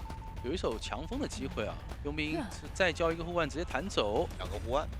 勘探员，哎，他选择踩右边的板子，是这样的话，勘探员原地可以稍微绕一下。这里一根有一个风行，但是磁铁也没好，应该还是要倒地了。能跟上这一刀，只是拖个化险为夷的时间。那这不太对啊！你倒在这个位置的话，还是要干扰到佣兵的那台遗产啊。对。不过这里小玄宝没有选择挂到佣兵附近。佣兵是开心机去了，有他的遗产是飞行家那边在补。这个人现在是杨图卡在旁边，这飞行家是没有带一个化险为夷的，对，还是想过来救，想拖一下，让这个双弹飞轮。哎，悬停的位置是在这里吗？会不会有点近了？应该是喷歪了一点吧。是的，这波一个强风，哎呦，居然没还好拿到刀。推开了。是的，但是板子能进得去吗？还是成功进了。是。现在对于勘探员来讲，已经没道具了，只能靠基本功博弈。这波救的其实也挺亏的，因为你大家状态现在有点多，而且你飞行家也掉状态了呀。对他这里移形，如果说是能预判到位置，这2个人的位置，那这局节奏就起来了。小元宝其实这局就有机会能去探多抓，哎，预判到了，应该是看到他们俩了。是，而且他有通缉啊。对，带了通缉还是，哎呦，一风吸俩，这2个全难开了。2个人都有道具，太有默契了。但是你们道具交完了，其实不一定能够拖很久啊。刀虽然空，但是这刀还是能补上。抽刀击倒，是的。这把多抓面就来了呀。对，其实我觉得，不管是气象还是飞行家，他们都是有携带化险为夷的能力的。是。那如果说你不带化险为夷的话，就没有太大的必要去救这个人，你还不如保3个满状态的求生者，然后去拉扯最后一台密码机可能会更好一点。密码机现在缺的有点多。佣兵这边在补遗产，像这个位置必须要交一个成云贴近椅子，还闪一下这个强风拉了过来，时间直接打。他知道这边肯定是拦不住他救人的。是的，一手远袭，气象可能要倒了，着急节奏，飞轮进板，跟上，道具能拖出来，强风直接吹，可以。这个时间来说。能粘上，能拿到这一刀吗？按理来讲是能拿的。哎，准备回头管遗产了。对，这里管遗产，他才有多抓面。毕竟集装箱这里是佣兵的第1台遗产。控制这台，带一个3级层云。冉维再往木屋走，这边不会是地下室吧？看一下，想粘板子还在，看博弈了。哎呦，一刀直接打倒，集装箱的密码机还没有碰上，还是要挂在这个密码机附近。是。这一波压到遗产，可能就是压倒求生的最后一根稻草了。是，基本上很难再操作了。小木屋开心机啊，佣兵能藏住吗？感觉很难。佣兵要是藏不住，监控者现在就是4抓。对他毕竟是201窗那边去开掉的密码机啊，位置是很容易排出来的。小元宝大胆的找，能找到吗？越来越近了。小碎片是看到了，小碎片。OK， 已经看到了。那这一刀的话是能拿，这刀拿到了之后，你这个人救不了。是的，而且可以移形回去守乙。你走都走不到，移形回去之后再守乙，打这2个其中之一都行。救下来以后，气象也走不了啊。再击倒，虽然说是卡了半，但是求生者的节奏已经炸了。是。密码机根本就破译不完，你佣兵现在没道具，飞行家也没有道具。只要监管者后期别出太大的意外，这个四抓就是一个板上钉钉的了。没错。现在能量还挺多的，交了远袭过来管一下小木屋，拖慢一下求生者的破译进度。这里确定一下密码机有多少，飞行家好像走脸上了，还行。那佣兵交了志气，但其实这一波还是救不了人啊，救不了，两个都救不了。对，只能眼睁睁的看着气象这边挂飞。现在只要把佣兵给处理掉，小木屋那台密码机是不够的。对，毕竟佣兵已经交过绝处逢生了，只要把他给再打倒一波，是的，就可以挂着都行，就可以四抓了。对，他要求稳的话，可以直接挂。要挂吗？70的密码机其实应该会挂，应该会挂。他要防对面，就是这个密码机突然亮掉。对，担心那边密码机够了，这样的话就很亏了。到时候就不管他有没有绝处逢生，你毕竟倒地了，倒地他就算是有一波淘汰状态了。再次挂上，看一下，飞行家也是只能松手了。是，找机会我们尝试去拖个地窖吧。这里能不能看到冒出来一颗头呢？应该没看到。耳鸣掉了，他可能会去排3板了，可能会往3板里面排。那这样的话，看一下飞行家要不要考虑回去救一波人呢？因为佣兵确实做的话还是能做比较久。是，但是你如果不去救人的话，基本上你的位置是能够被判断出来的。已经好了。没有第一时间往椅子边上靠，还在往地图边缘绕。能再吸。是。这样的话，看一下大门有没有耳鸣，没有。那小玄宝，但飞行家该说不说，现在你摸道具啊，行，选择交移形，他觉得绕到了角落去了。飞行家这时候要是能在2板1窗摸个道具，摸根针，能摸根针，这个又能消乌鸦，还能让自己满血走这个，但把人救了。回来救人了吗？这个位置救人的话，应该还是会先处理佣兵。小木的密码机确实96。看一下佣兵能否有机会拖够吧。但他在防啊，他防你羊驼回去破译密码机啊。但是你这样子的话，佣兵也可以从大房去小木屋呀。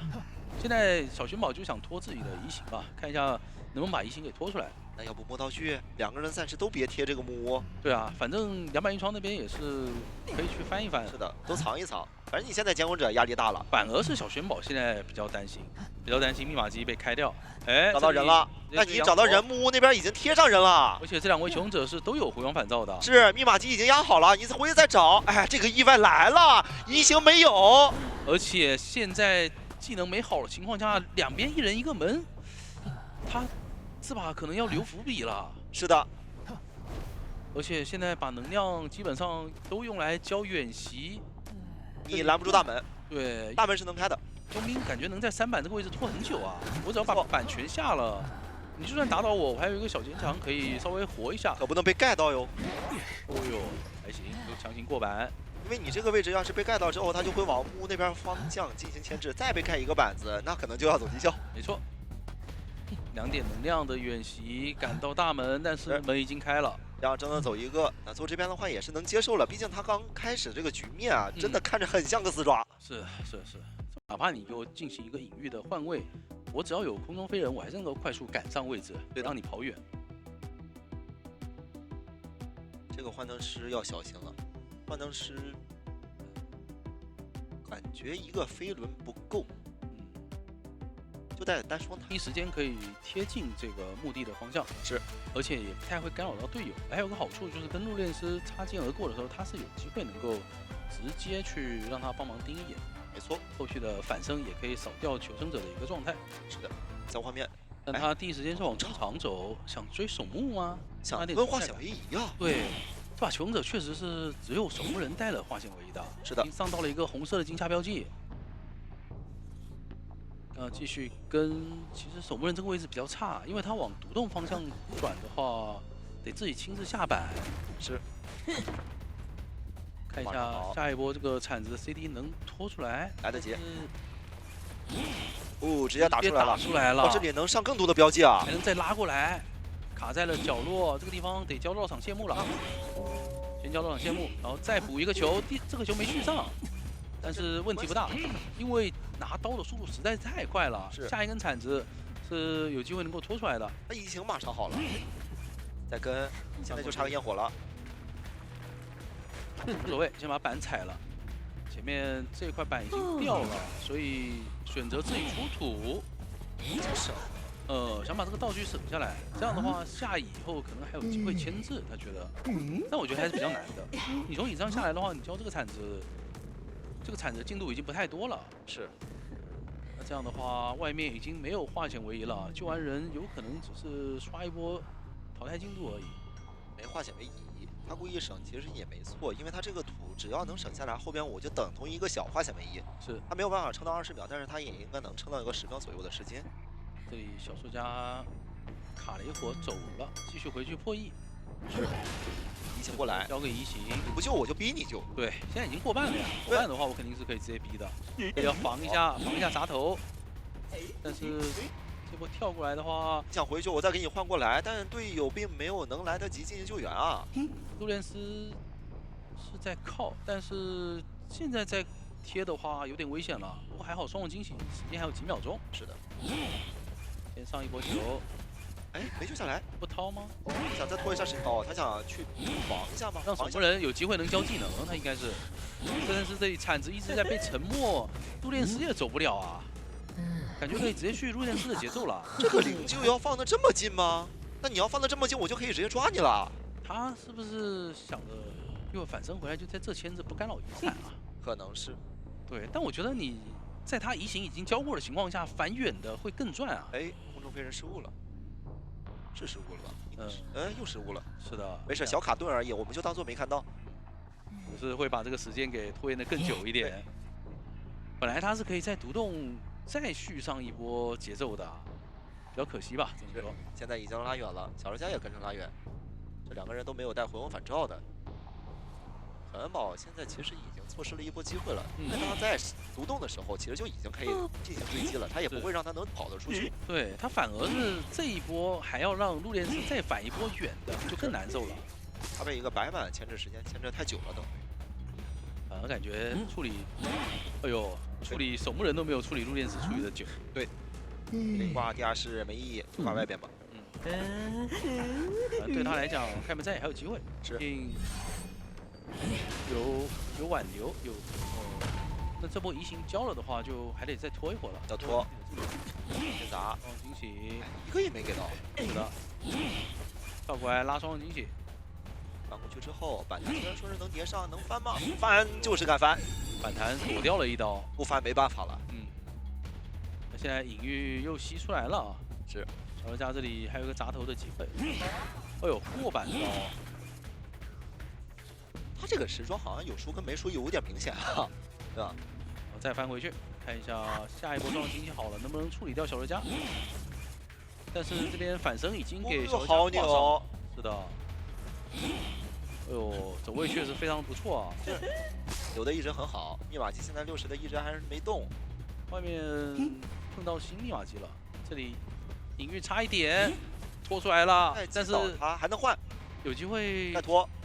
没有机会沉默，很可惜。是那边密码机，哎呦，从60直接变到了99了，马上压好。前面应该是队友帮忙给了个定格，是不管了，直接亮，因为他没有回光返照。对，这一波亮了，就算被打倒，也有一波反生的机会。是的，灵柩现在已经给到他了，自己的移形现在还没有好。陆地门拍到吗？陆地门也是刚贴上，18秒。现在就看元宝怎么管了，好像来不太及吧？他这个空中飞人是废的。反生的位置是红蝶河，那这样的话他就没办法去管墓地门了。是的，他这个移形不能用在别的地方了，他只能用在小人家身上了。哎，这波车可能能偷上吗？啊，没办法。转进墓地又一波反生，那这一波可能要出大事了。对的。不过好消息是稳平。平局肯定是稳的，因为他脸上还有一个人。打倒直接举完再放。等等，这边还有个灵柩。他不能挂。要挂吗？不能挂呀。不能挂。那爬，那这小说家就爬，就往门口爬。现在挽留的时间还有50多秒，看一下幻灯师使用了位置投影，让自己进入离形状态。是的，这个投影已经是在门口里了。没错。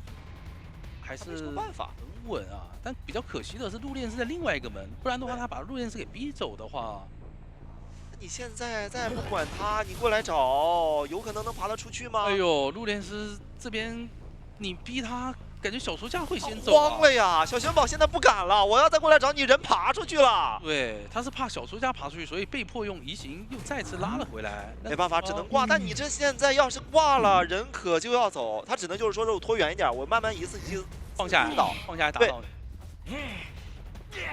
那小说家这个位置看能不能把隐喻给吸出来吧？马上就要吸出来了。你这飞轮都快要好了，还有12秒。没错，那躲碰到了，还是再次打倒。哎，位置了，位置有点远，没办法第一时间举，是没能牵得起来，还有2秒、1秒，这样的话人走了。反到了学校门，那这里要来一个3跑了。哇，这一波3跑没想到啊，尤其他这个拉队员的一种打法是。看一下这把的一个选点吧，需要4跑，前期必须要牵制的很久，化险为夷还不能用太早，你不能在开门战之前让穷者被淘汰掉。一牵制必须要牵制到3台以上。是。对于杂货商来讲，他前期也可以去展展自己的技能嘛。好，进入到比赛画面上来是直接先去往一个2层阁楼，找这边冲着拉队员去了。是的。拉队员这里直接给枯手叠基地啊，一会自己也能用上这个小加速。是的，我都在看枯手这边是躲在一个角落，先看你这个接吻者到底往哪边走，方便他后边直接去修最近的密码机。先是收集了个重金之托，密码机1封，再找到小说家。哎，其实直接追小说家的话，我觉得不算特别好追啊。想接一个版权，没错，过去。哎，其实刚才交重金之托，感觉有机会拿刀的，想碎石震一下，躲这个位置还是能拿到。没错，就硬拖吧。看一下回身想卡一下，但第2本隐喻有点危险呐。第2本隐喻快吸好了。是的，这里一开门，你小说家该怎么办呢？给碎石，隐喻已经好了。是的。得去找枯手了，让他来带一下。慢，缠住，那这一刀拿到。是的，这击倒速度好快啊！枯手想要偷袭一下，没错，但是这里应该不会给机会的。防了，放一个自然交易。但这个位置得刷一下道具，硬换位，刷一下道具是。把自己想骗刀，这一波感觉能 OP 很久啊！就是那边拉队员帮忙把道具 CD 重置了，所以枯手下一波是可以再进行 OP 的。这一波躲掉了。好像还能吃个闪，而且小说家的第3本隐喻也吸了很多了。好，刀躲。看一下，还有耳鸣。他这个窗台刚刚没能刷新好，要能刷新好的话，就能有机会吃闪。没错，窗台如果好了的话，他往外拉其实也不一定有闪现身位，他不一定敢直接交闪的。是，那密码机是2台半，这个点位其实已经牵制了蛮久了。就看一下求生者选择让谁来救援了。想让小女孩这边在后边藏一下，对，进行波救援之后帮忙扛一扛，看一下有没有机会声东击西。是，这波救下来之后一定是要帮忙扛的，去拖到后面。哎呦，无伤了，打到小女孩身上，还行，那就接着拖，帮忙肥胖流，是交个树叶弹一下。他这个藤蔓不敢交，交了的话帮他卡住，对这个藤蔓的话帮他废掉之后，哎呦，其实是赚的。是的，虽然说打了一个双倒，但是无所谓。只要前面化险为夷的持续时间掉了，这里枯手是可以帮忙去，哎，那可以推进器直接晕吗？没有考虑交出这个推进器啊。能绕一圈，绕一圈之后推进器再带他走。是的，这里想要推进器带他走了，陪跑，拉开一个超远的距离，随时不敢交的，只能用自然交易交藤蔓。看一下拉的是谁？拉的是枯手。这刀拿吧。先碎石震一下。那小说家隐喻好了，闪现被废，还可以继续翻。翻过来，开个门，想堵没堵上。小说家的基地已经叠到了哦，交出了部分基地加速。是的，13层再重新叠，15层，拉队员帮忙卡板，马上25了。是，而且这是想预判，没预判到，有点慢呀，没有办法再充能了。已经25层了。是的，配合已经打出来。现在再开一个门，怎么说？哎呦，刀还扛到了。如果能够碎石打倒，逼他把基地给用了就好了。是的，现在就看能否用碎石打倒了。小游家在疯狂走位，玉哦呦也，要吸出来了。不错。那被迫用平 A 打倒的话，利用这波时间是可以拉很远。哎，吸到了是的，但是隐喻也成功交了出来，还有一个加速。他知道这个判定，因为我只要离你近，那你这个控制时间就不长。是的，拉队员在帮忙堵路，但没能堵好。那我觉得得打拉队员啊，先还行把拉队员打了，这样的话小罗家他就没有机会叠到下一波可以直接秒活的一个状态。是时间不敢拖了，想要直接挂，还想打，他不敢了，他现在只敢挂拉拉队员了，因为他知道这个时间我要再拖下去，密码就要压好了。这波配合打的实在是好。是的。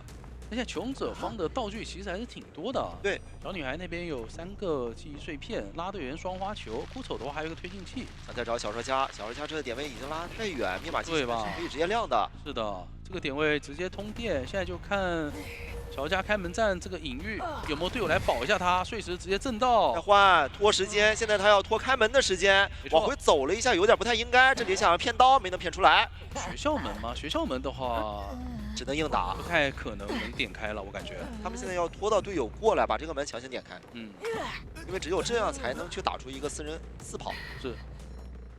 这样的话要被封啊！看一下穷者怎么操作吧。是，应该想让枯丑来点门，吸引注意力，然后拉队员或小女孩2个人一起。最好是拉队员救啊，毕竟拉队员手上是有化险为夷的。对的，小女孩那边可以直接传过来打团了。看一下怎么安排。一个火箭先撞晕，然后拉队员掏得下来吗？掏不下来，这个人可能要飞了。是的，刀还要帮忙扛。怎么说？打到了小说家。哇，是的。那这个地方没有办法了，因为估计小丑的最后一个推进器也交掉了。打花伤控门，这个太恐怖了！你脸上这个门，你是不可能能点得开的，宛如蜡像师一样。没错。那这波再把人给挂上，穷者这边已经没有化险为夷了。没办法，枯丑直接走门，但是这个地方杂货商一个移形过来，距离还是比较远，应该是要直接出门了。其实吧，应该是小女孩跟拉拉队员过来就比较好。对，在这边门点开了，它其实并没有什么效果。你拉拉队员他过不来，也不是说是拉拉队员过不来，你任何一个有化险为夷的，你都不可能走到这边的目的门啊。是的，是的，而且学校门其实因为有杂货商在点上，他直接去把门给封住，你一点办法没有，就你完全点不开嘛。那我们也是恭喜猪获得了本场比赛的一个胜利。是的，恭喜。进下一轮，其实这一场看下来的话，感觉双方的一些他会在哪个椅子，然后使用自己的卡位钩。对，对，得自己排位的时候有一定的积累。是的，得去做到防范，说这把椅子可能骆驼会使用卡位钩，那我换一把椅子，然后我不在这把椅子进行救援。选在红地河，脸上是古董商以及独栋的飞行家。这个阵容的话，化险为夷，可能是桃花大师加飞行家。好，看一下胡歌前期的一个选择，真的就是冲着桃花大师去会好一点，因为其他2个角色真的太能费他的一个1阶技能了。桃花大师他毕竟作为一个救人位，你要携带化险为夷的情况下，那自身牵制能力肯定就是一个短板了。而且这是一个单化险为夷的桃花大师，提前交迷烟炉。这个迷烟炉放的也是比较细节啊，刚好覆盖住了前面的2板。在点位内，他也可以用自己的一个陷阱，那逼出来以后，看这个钩爪，先把被动打掉。那还在啊，感觉能架住，再给一刀，这一刀开得非常快。开局40秒直接拿到1刀。那进到前面的点位的话，第2个迷烟炉也得被迫交出来了。要把这个板区围住，这样自己也有更多操作空间。是的，先把摆子踩掉。能看到脚印转出去了，前面有一个勾过来的一个说法。对，只有一块短板，而自己手上没有道具，感觉这个勾很难躲了。不动了，开局1分10秒钟的一个击倒节奏可以说是非常快了，而且闪现也是没有出来的。对的，就这个阵容的话，真的救人位要做好小心再小心。对，做好这个警惕。毕竟队友都非常克制，而自己的话又只带了一个化险为夷。对的，那这样还挂到一个遗产，感觉有机会逼救。好在说桃花大师这边是可以用自己的逃脱术把自己的椅子从这台遗产机给挪走的。这是这个角色非常强势的一点，就是可以自己主动选择挂哪里啊。不干扰机子。那这样飞行家过来有一个博弈的空间，直接打了。拿状态。因为接下来这个11的逃脱大师也没有牵制空间了，只能由化险为夷倒得远一点。对，尽量倒在墓地的方向，然后再用逃脱术，然后不干扰一下对面的自身的密码机嘛。没有牵制空间的话，也意味着这个角色没有太大的一个拯救价值，特别是密码机还不太够的情况下，我觉得下一步就果断的卖掉好。而且这边还是有闪现的。挪一下。想了一想，如果挂这个椅子的话，那刚才放的这个陷阱的话可能会消失掉。是，那一手放到另一把椅子。那这样的话卡着就好了。换到一个马路机，算是强拖一点时间吧。但这个点好像是有一个卡位钩的一个说法的。那幻灯师不太怕啊，幻灯师感觉还是想来偷，放了一下技能，想过来再进行救援一波。对。因为接下来救下来的话是有机会一直扛到密码机压好，最后2台已经在修了，救下来看能扛到倒吗？直接放夹，侧刀，弹了一下，感觉要掩护到板区了，扛到了，扛到了。那这样子的话，虽然手上有闪现，但是逃脱大师的身位已经拉开了。是鹿头非常怕扛刀，因为你接下来的钩爪的话有目标挡住，你就勾不过去。对，而且2个人都是携带了回光返照的，密码机马上够了。高低差，钩爪好像帮不太了，能压好，要压好了。那求生者可以去贴另一侧的水套门，让逃脱大师在墓地牵制就可以了。对的，想勾到陷阱上、夹子上，能勾回来吗？如果能勾回来的话，还可以再用第2个钩压个起身。哦，勾回来了，勾回来了。那拖一下吧，下个技能的 CD， 毕竟这里是一大片空地。是的。下个钩锁的时间还有4秒钟，直接选择亮。但是开了之后被鹿头这边压到了一个起身啊，那逃脱大师是一个挂飞的淘汰状态。而且技能也还在，底牌也有。有一个幻灯师的帮助点门，直接传送，传过来门还是不开够。而且飞行家没有回光返照，这状态不是很健康。对的，手上的这个喷气背包有点失误了。飞轮也是没有交出来，那这把的话应该就是偏向于一个保平了。等一下，现在挂到墓地门那个位置，墓地门只开了40%，还有机会能争，才一半。对，但还有一个满棍的古董商，直接放下来，想直接守门，看一下有机会吗？能勾回来吗？放一个技能，飞轮规避了一刀，那这样子只能被迫回去挂一下伊森。是，那这样挂上就能保下一个平局。对的，还是很惊险的。前期的一个击倒速度，包括你飞行家被找到，你都不能说是通过自己的空气背包稳定飞掉我的牢笼的。对，那现在的一个跛脚羊嘛，也有一定的调整啊，就看一下调整以后的一个这个选点的话，跛脚羊前期就没有办法太快的去选择自己追击的一个目标。但其实跛脚羊也不怕前期逛街嘛，我可以前期去把中场救人位逼一逼，攒。好，开局果然是先往中场走，但是西区这里比较大胆啊，直接破译，也算是给到了一点破译的压力嘛，因为你不破译的话，跛脚羊这边愿力也是会积攒的。想来找入殓，但入殓这里很聪明，没有第一时间选择破译，进行了一波反跑。那在脸上呢，就是北路的古董商。古董商还是要围绕着模型，才能把自己的一个机关消发挥最大作用。先用窥视者夹住了，抬一个龙，那直接打到一个纸格就可以拆掉了。再续上一个笼子，这里在围笼里打不了纸格，废掉这个笼子，点刺击退一下。那这个笼子的话是能废掉的。对，而且愿力刚到40，他选择先出刀。先拿一刀走地刀的存在感嘛。走到前面的话，先可以用窥视者去干扰一下墓地密码机的破译，想直接换追这边的金闪闪。大空地，手上有悬停，先交喷气背包。差一点点，再一个悬停，击退一下监管者，利用最后击退的后摇，然后废掉这个牢笼。对的。那这样也是给到一刀平地。对，那这样子场上密码机已经来到了一个快2台密码机了。节奏对于真人9来说可能不是那么好。金闪闪还有操作空间，这里给到第一刀。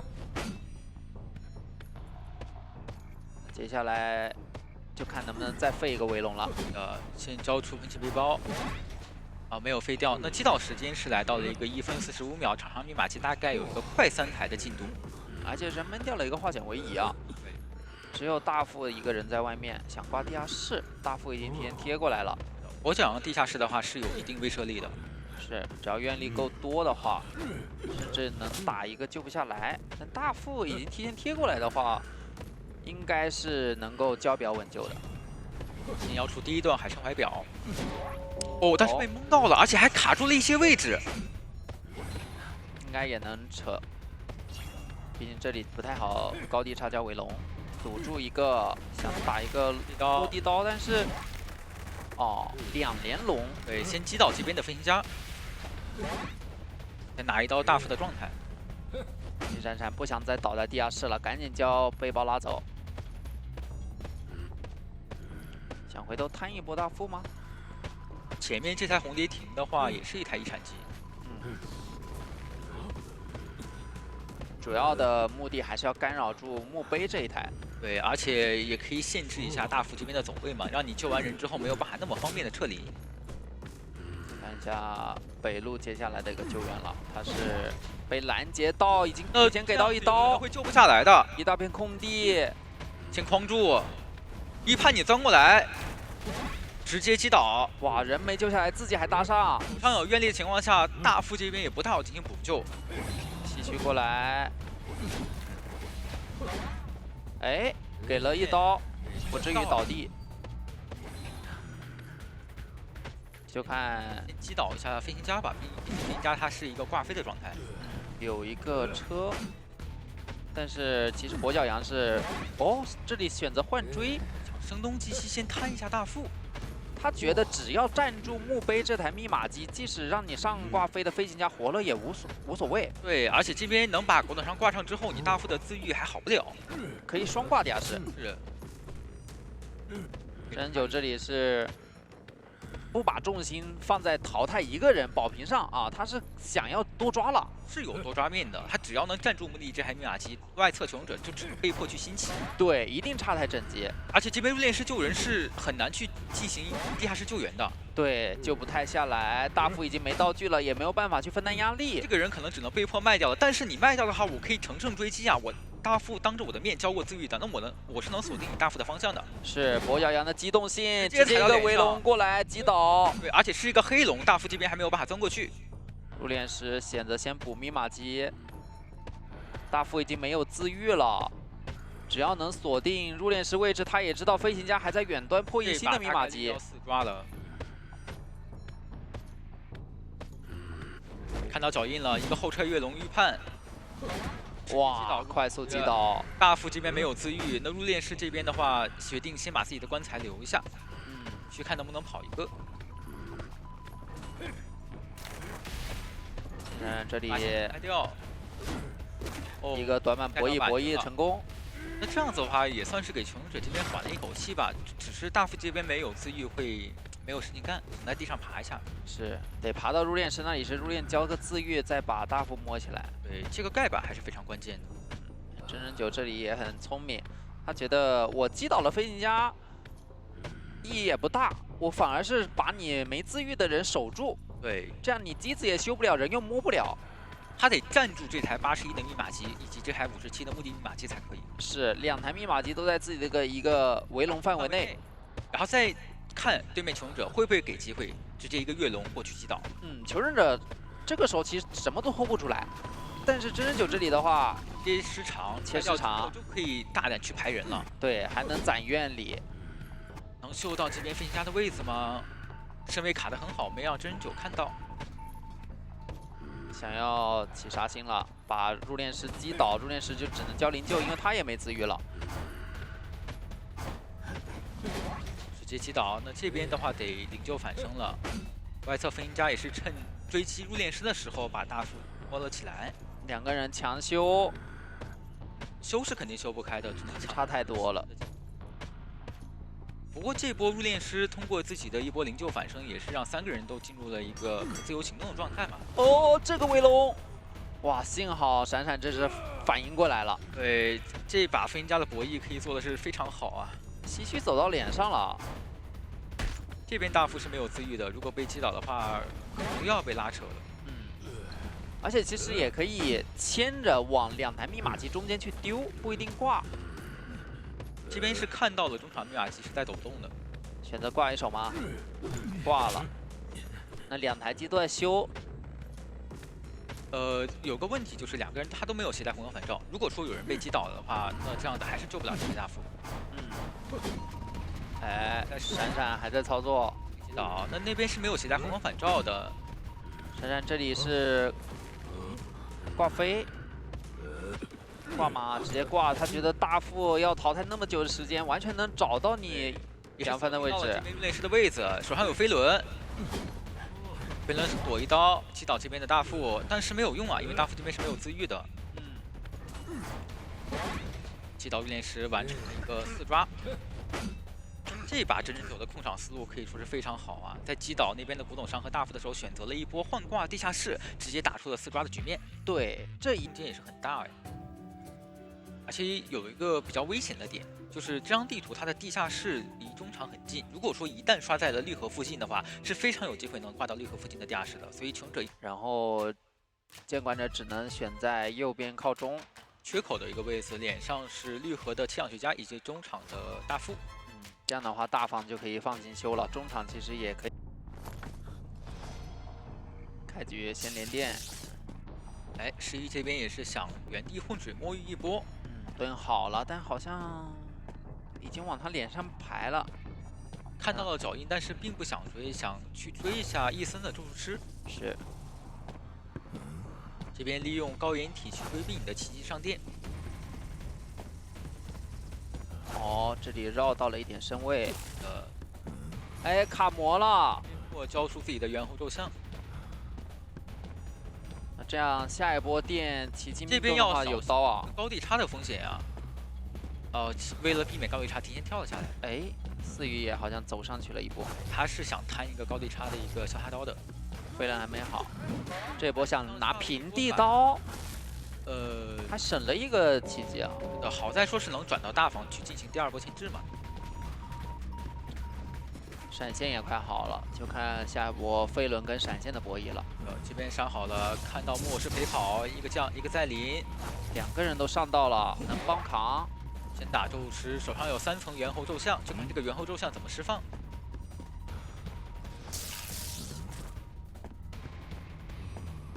改了一波电，很细节啊，这样求生者的破译速度会更慢一点。上到了，那这波队友就没办法扛，只能看伊森自己。3层猴，小猴啊，小猴的话得用飞轮再去规避一下奇迹才可以。对的，这里4羽也不太想交这个闪啊。还在捏这个闪，那这样击倒节奏反而说是被伊森这边延缓了。这个时候一直绕模型交个3层猴，感觉牵制时间是拉起来了很多了。因为你的闪现一直没有交，这样子的话反而咒术师平白的牵制了23。还有飞轮，哇，下到了板子，还是得交闪，被迫交的。就是你捏了那么久，你想省的一个东西，最后你不光没省，还交了。那这样子依次倒地的话，你看场上密码机已经来到了一个3台多的一个进度。对的，外面的状态也没因为扛这个状态掉多少。这把求生者甚至还有机会能争胜，咒术师是携带了光反照的。对，外面也有2个花显为夷。第一波大副稳定救援，你会发现这咒术师连绝处逢生都没带。对，还是一波无伤救，并且给咒术师这边扛下了一刀啊。选择断电，针对伊森。那你断电的话，就会有一个风险，就是外侧密码机破得飞快啊！而且伊森这边他手上有飞轮的，远程飞轮木压一波，再临还走位躲掉，手上还有1层猿猴咒像，奇迹还有3秒钟才能续上，路已经封死了。选择省一省，这样的话36的时候有机会攒3层猴，而且现在密码机的话，其实也是非常有机会能够的。选择挂在这台遗产，这台遗产好像是比较少的。是这台62的进度的密码机。那这波追下来，求生者想争胜的话，得看能不能再找一波咒术师的36才可以。嗯，换位的话，密码就会更慢，选择让11再救一波。就看一会儿能不能救下来，扛到刀，然后再来个气象去帮忙吹吹风，保一保。这边可能得直接博弈了，因为再拖一下的话，两个起直接封，两个人一起救，救下来，断电不让你进行一个扛刀，但是可以扛电啊。是的，这个奇迹交给气象学家，避免你再推我一波。然后有个灾林，再连看一下能不能扛到，扛到了。那最后这台密码机来到一个80%的进度，是有机会能拖够的。再一个再连，还能扛吗？又扛到了。11两波扛刀都是很细节，假装从左扛，然后一下子瞬移到另一边。那现在只能被迫控场去围一下这台903的密码机进行一个针对了。是的，被破坏。哇，控制抵消，好像还是能拿，进不到交互点。给到一刀以后，外面多修的那台也快压好了，88%了啊！我觉得这波就让咒术师过来，哎，交出了自愈。那这样子的话，手上甚至没有人，密码机也压好了。是，抓的大副也是有回光返照的。对，已经贴好门了，再临去管门。星焰，4个人都带了回光返照啊。还是针对一下这边咒术师，手上有闪现，看能不能快速击倒咒术师。定到闪现没摁出来吗？吼一下。错失了最佳的闪现交的时机。对呀，现在如果击倒了伊森的话，晚了，能开完的。星焰这里是可以一会交技能直接硬冲门的。对的，直接变路易，还预判了一手闪现。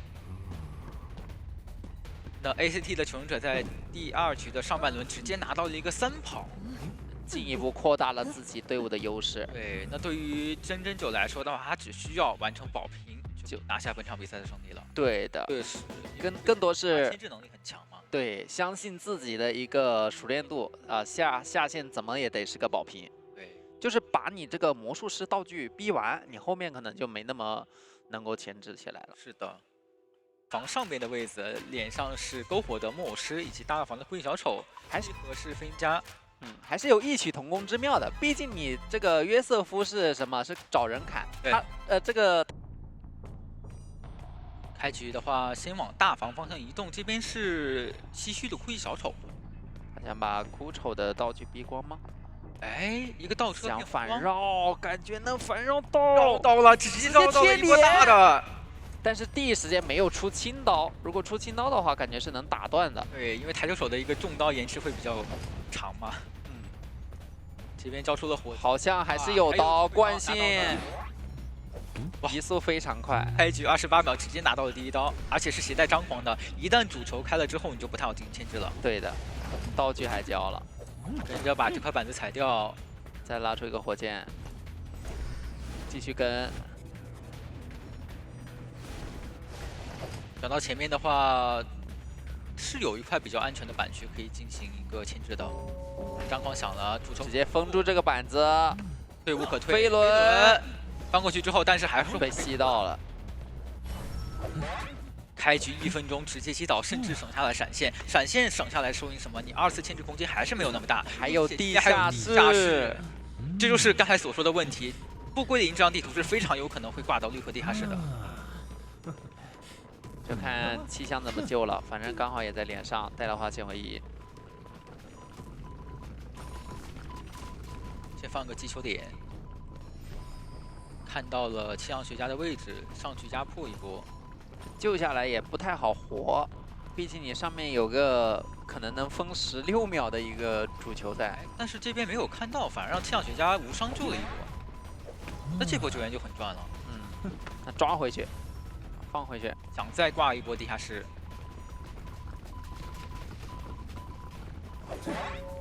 再打一刀2阶。他现在。反正他的一个目标是保平，只要一直针对这个唏嘘，能够在开门战前淘汰。对，再用闪现击倒一个就可以完成保平。对的。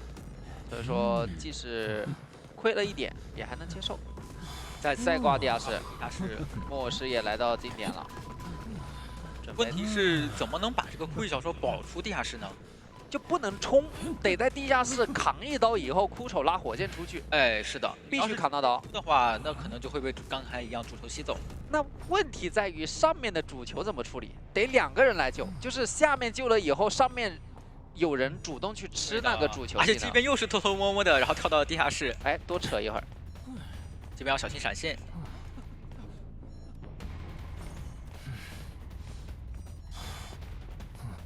北路这里已经准备好他吃主球了，直接出刀。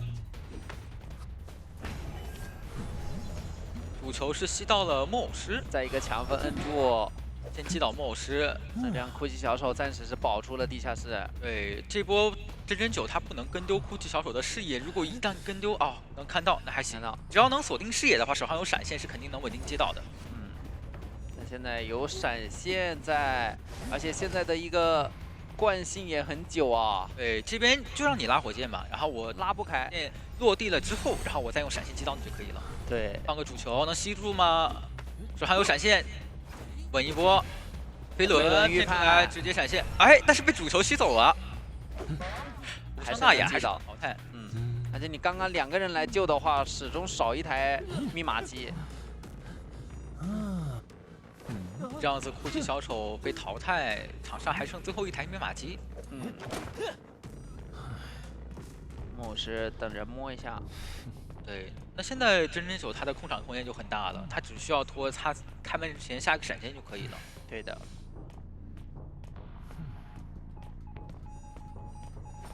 先封一下这边的密码机。这3台密码机是还比较近。对，你一个封闭区域能封2台，那大房那里也能封到中场。这张地图台球手他确实也比较强势啊。魔术棒规避一刀。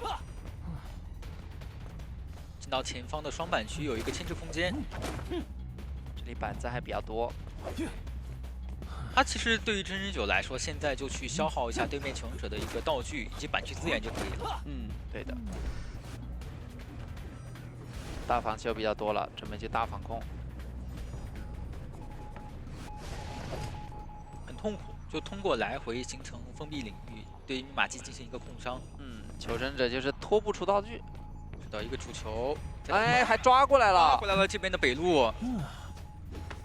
这种主球确实比较难防啊，因为他刚才击球点是放在了密码机旁边的。对，你除非不修的话，队友一直在走地也被压迫着。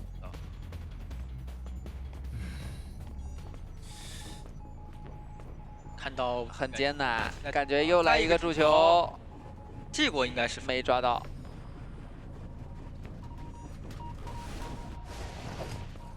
还是能逼道具。对，哎呦，抽到了，抽刀。现在补一补状态。可以的，再去对这台密码机进行一个控伤。就远程的话，你哪怕机子快压好了，他一个主球打过来，要么把你抓过去，要么能封16秒。现在求生者修机的时候，他就得小心，有可能冷不丁一个主球就过来了。对。那边在调状态，这边离清氧学家的身位还是比较远的。这波倒是让求生者抓住了一个打状态的机会点，缓了一波。对。3个人也算是对于台球者来说是回到了满状态。台球者他这个击球点是可以无限生成的呀。脸上是金闪闪的木偶师，继续走路看能不能逼路易。交个主球，吸到吗？没吸到。闪现直接打。涨起上挂节奏了就。可曾听闻凌迟流台球手？还是决定继续控场，因为我的击球点是可以持续不断的恢复嘛。我只要站住这3台密码机，我可以拖到我第3个闪现好。是，也不给你这个补状态的机会就行了。每一个监管者，像这些控场监管，他都有他自己控场的手段嘛。台球手就通过自己来回不停的释放击球点，对密码机控伤，然后来控场。比掉火箭，直接过板又拿到1刀。那密码机的话，其实现在的一个进度是越修越多了。主球吸回了这边的清氧学家，那还能再拿哦。强风推开了一波，规避了这一刀。放弃中场那台，选择着重修大房跟绿河这边的机子了。哎，这个没有放过去，来回去压迫一下对面求生者的走位。这边是有机会能击倒的，这个板区可能不是那么好进行博弈。外侧那台74的密码机再开了，先放个主球压迫一下走位，应该是不太好能牵制到密码机压好的。而且那台80多的密码机又被控伤，然后到了70多的一个进度。他应该知道密码机控不住了，选择挂一波吧。对。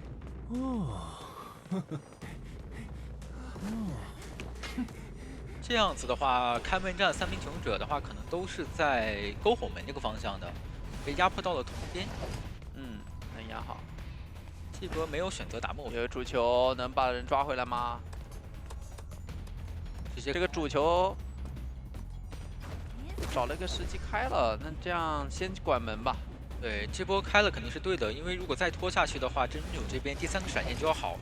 对，就怕闪闪倒地的一瞬间，然后你这个响亮的时候，主球又过来封机子。哎，这边没有交出自己的强风，应该是点成了取消键，然后所以导致强风没有交出来。对，2个门都在点，闪现还差一点，选择挂地下室求稳了，保平。对，挂进地下室就宣告保平，挽留时间还剩88秒，不可能能救得出来的。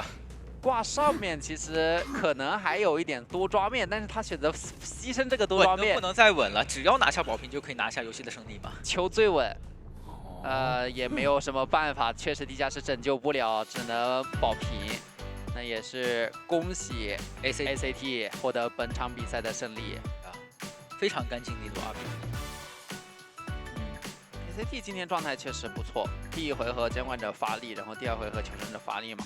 你的中后期控场上面会不太舒服，对吧？因为毕竟我们都知道艾维他可能在中后期求生方这边是没太多时间去补状态的，但有医生的存在的话，其实补状态的时间会缩短很多。是的，现在这个版本其实很看一下这边选在红蝶河，那这个位置的话，还是起追咒术会稍微好一点吧，感觉。对。调香师的话，他毕竟。好，我们来看一下他的首追选择是找调香。目前这个伊森是直接奔着调香师去了。对。感觉还是要围绕中场去控下场先。是的，因为毕竟这边是有2个人的，守墓人也在中场。这边技术的话应该先给18，然后选择直接落地喷胶了，那感觉是要去起追星了。但是他第一波的一个清晰度是没有上到60。对，是给到58。哎，但是调师主动去看了一下，哇，这个主动上到60以上的话还是比较危险的。对。这边技术一下，然后应该要把伊森招回来，还选择继续控先，就边干扰下密码机，等待第2波的一个寄宿和伊森人的喷。没错，那这边应该要消耗一下自己调香师的一个道具了。对，调香师也可以在2楼去选择提前放江水嘛，打一个防守。但他这里是要省道具，那对于你这个地窗有一波喷的机会，看一下中没有选择喷，对。他这里是刚好极限进窗了。他这个道具的释放是要非常讲究啊。对。这样喷到满，可能这个香水放不出来了。给到一刀，而且这个附近的话是没有一个2楼的区域给到调香师说可以浇香水的。那前面也是一个大空地。第2波技术马上好了，落地下来，手上有闪现。对，主要是这个闪现可能不太好去躲。先浇瓶香水，拉开距离，不让你去浇这个闪现，浇回速，这样有一个3秒的盾。但是前面这个交互，是的，一个闪现直接击倒，还给到了更多的存在感，直接拿到一个震慑。因为这一局的话，对于东玄来说，他是要多拿刀才行的。这一局的话，拿一个震慑的话，等于说多拿了一刀，3刀的一个存在感。因为他不是一个张狂嘛，对，他是底牌啊。那这样子的话，下了乙之后，更快开启2阶。是的，这边其实密码机的进度也不是很多，2台半。求生者的话，他们需要去把这2波幻影围都开出来。而且守墓人这边的一个救人是有点压力在的啊。像调香，我们说就是他之前上比赛少，也是因为他26的一个空间会比较小。没错，先下铲，然后再出铲，提高自己的一个救人速度。是的，直接掏了，这样的话无伤救人。哎，但这里好像要被吃满侵蚀度，要能不能弹一刀？没有选择。算了。那这样子的话，也是往墓地角落倒，尽量不干扰队友的一个破译速度啊。是的。因为已经是倒了，所以说带这个圈赶紧拉远。对。因为打艾维的话，像咒师他也很难过来去直接给到你一个 OB。是。毕竟你对你不是木偶师那种角色嘛，他很难保活。这一局的话，更多重心可能说中后期看医生的一个发挥了，怎么去把这个状态给调控好。是的。现在的好消息就是守门人他等于是无伤救嘛。是。然后这边的话也是在2楼去想卡一手陶片，但是东玄也不着急，这边稳定打一个手椅的话，就会有2阶的一个形成，所以不着急的。而且你总要修嘛，等你修的时候我再去寄速就可以了。来先召回，再补上一个寄生。很断，这边打一手针对没扛到刀了，但医生现在带着化险为夷，他也没有办法第一时间去补状态，只能选择去卖掉这个调香师了。而且调香师这边是因为开启2阶回香还来不及给到一刀，身上有化险为夷被硬控啊。调香师的香水对于艾维的一个2阶还是比较难去，没什么太大作用，所以你是满状态嘛？他更多可能在前期要利用自己的香水拉开更多的距离才行。是。那这样子把人给挂上墓地，然后其实场上的密码机还是有将近半台的一个密码机进度给到东玄去控场的。对的，不过这2台密码机也是比较多，而且医生的一个优点就凸显出来了。对，补好状态了，就没有一个半状态的医生会给到节奏说闪现击倒啊之类的。对。那现在再去控场。不过这边的话，因为监管者他携带的是一手底牌嘛，所以后期的一个上限也会变高。就这个时候就很不舒服。你看医生站在墓地，但是对于东玄来说，他也不是很好去处理。是的，所以这边只能等一手自己的一个技术了。现在一个3人拉扯的残局，看看两边的话会怎么样去应对。走路的话选择去拿下节奏，直接交闪现。开刀。哇，咒术这边的话压力没有很大呀，感觉。对的，想把状态先给打下来。他其实吃掉这个闪现之后，也是意味着监管者他必须要再去拖节奏了。对，但是这边的话，2阶落地是有机会的，看一下。是的，想要去秒一下咒术。对的，这个大豪有没有交的机会？没有。交的机会给到一刀。现在有4层。那这里还要去打一波的一个手椅节奏，看看要不要选择去挂在这个地下室吧。挂地下室的话，它的一个手椅会更舒服一点。但这局的话有个守墓人，这个的话就刚好规避掉地下室被拦截的风险了。没错，而且的话已经贴过来了。没错。再加上咒师身上有猴，他们是不怕出不去的。所以这就很尴尬了，这边只能看着守墓，也没办法去给到伤害。就拦不住嘛。他可以选择去直接遁地遁下来，把人给救下来之后，只能在上面去等了，看看这个落一刀的博弈。先给一刀守墓人，咒师说我不出来，你不下来我就不走了。不着急，这个时候等守墓人去贴门。对。然后毕竟刚技术过，其实是可以拉远一点的位置的，把门口的陶片给处理一下。因为他们两边呢是一个不想吃落一刀，一个呢我就不想去吃你这个猴。其实东玄他也不着急啊，他等闪现呗，因为刚毕竟是闪现开的刀嘛。对。这个时候的话，其实我的辅助技能没好，你越拖的话，对于监管来说，我的创造机会的更多点。是的，而且这边走给到了飞轮，还好，是的，规避了第一波，然后第2波赶紧交出3层猴，但是守墓人的一个位置还是比较危险的。对的，落地吃到58，好惨，还好，哎呀，被喷出来了，可惜。其实他刚刚是58的星数，好像主动看了一眼，对，不然的话，他如果是98的话是不太能去击倒的。对，就击倒不了。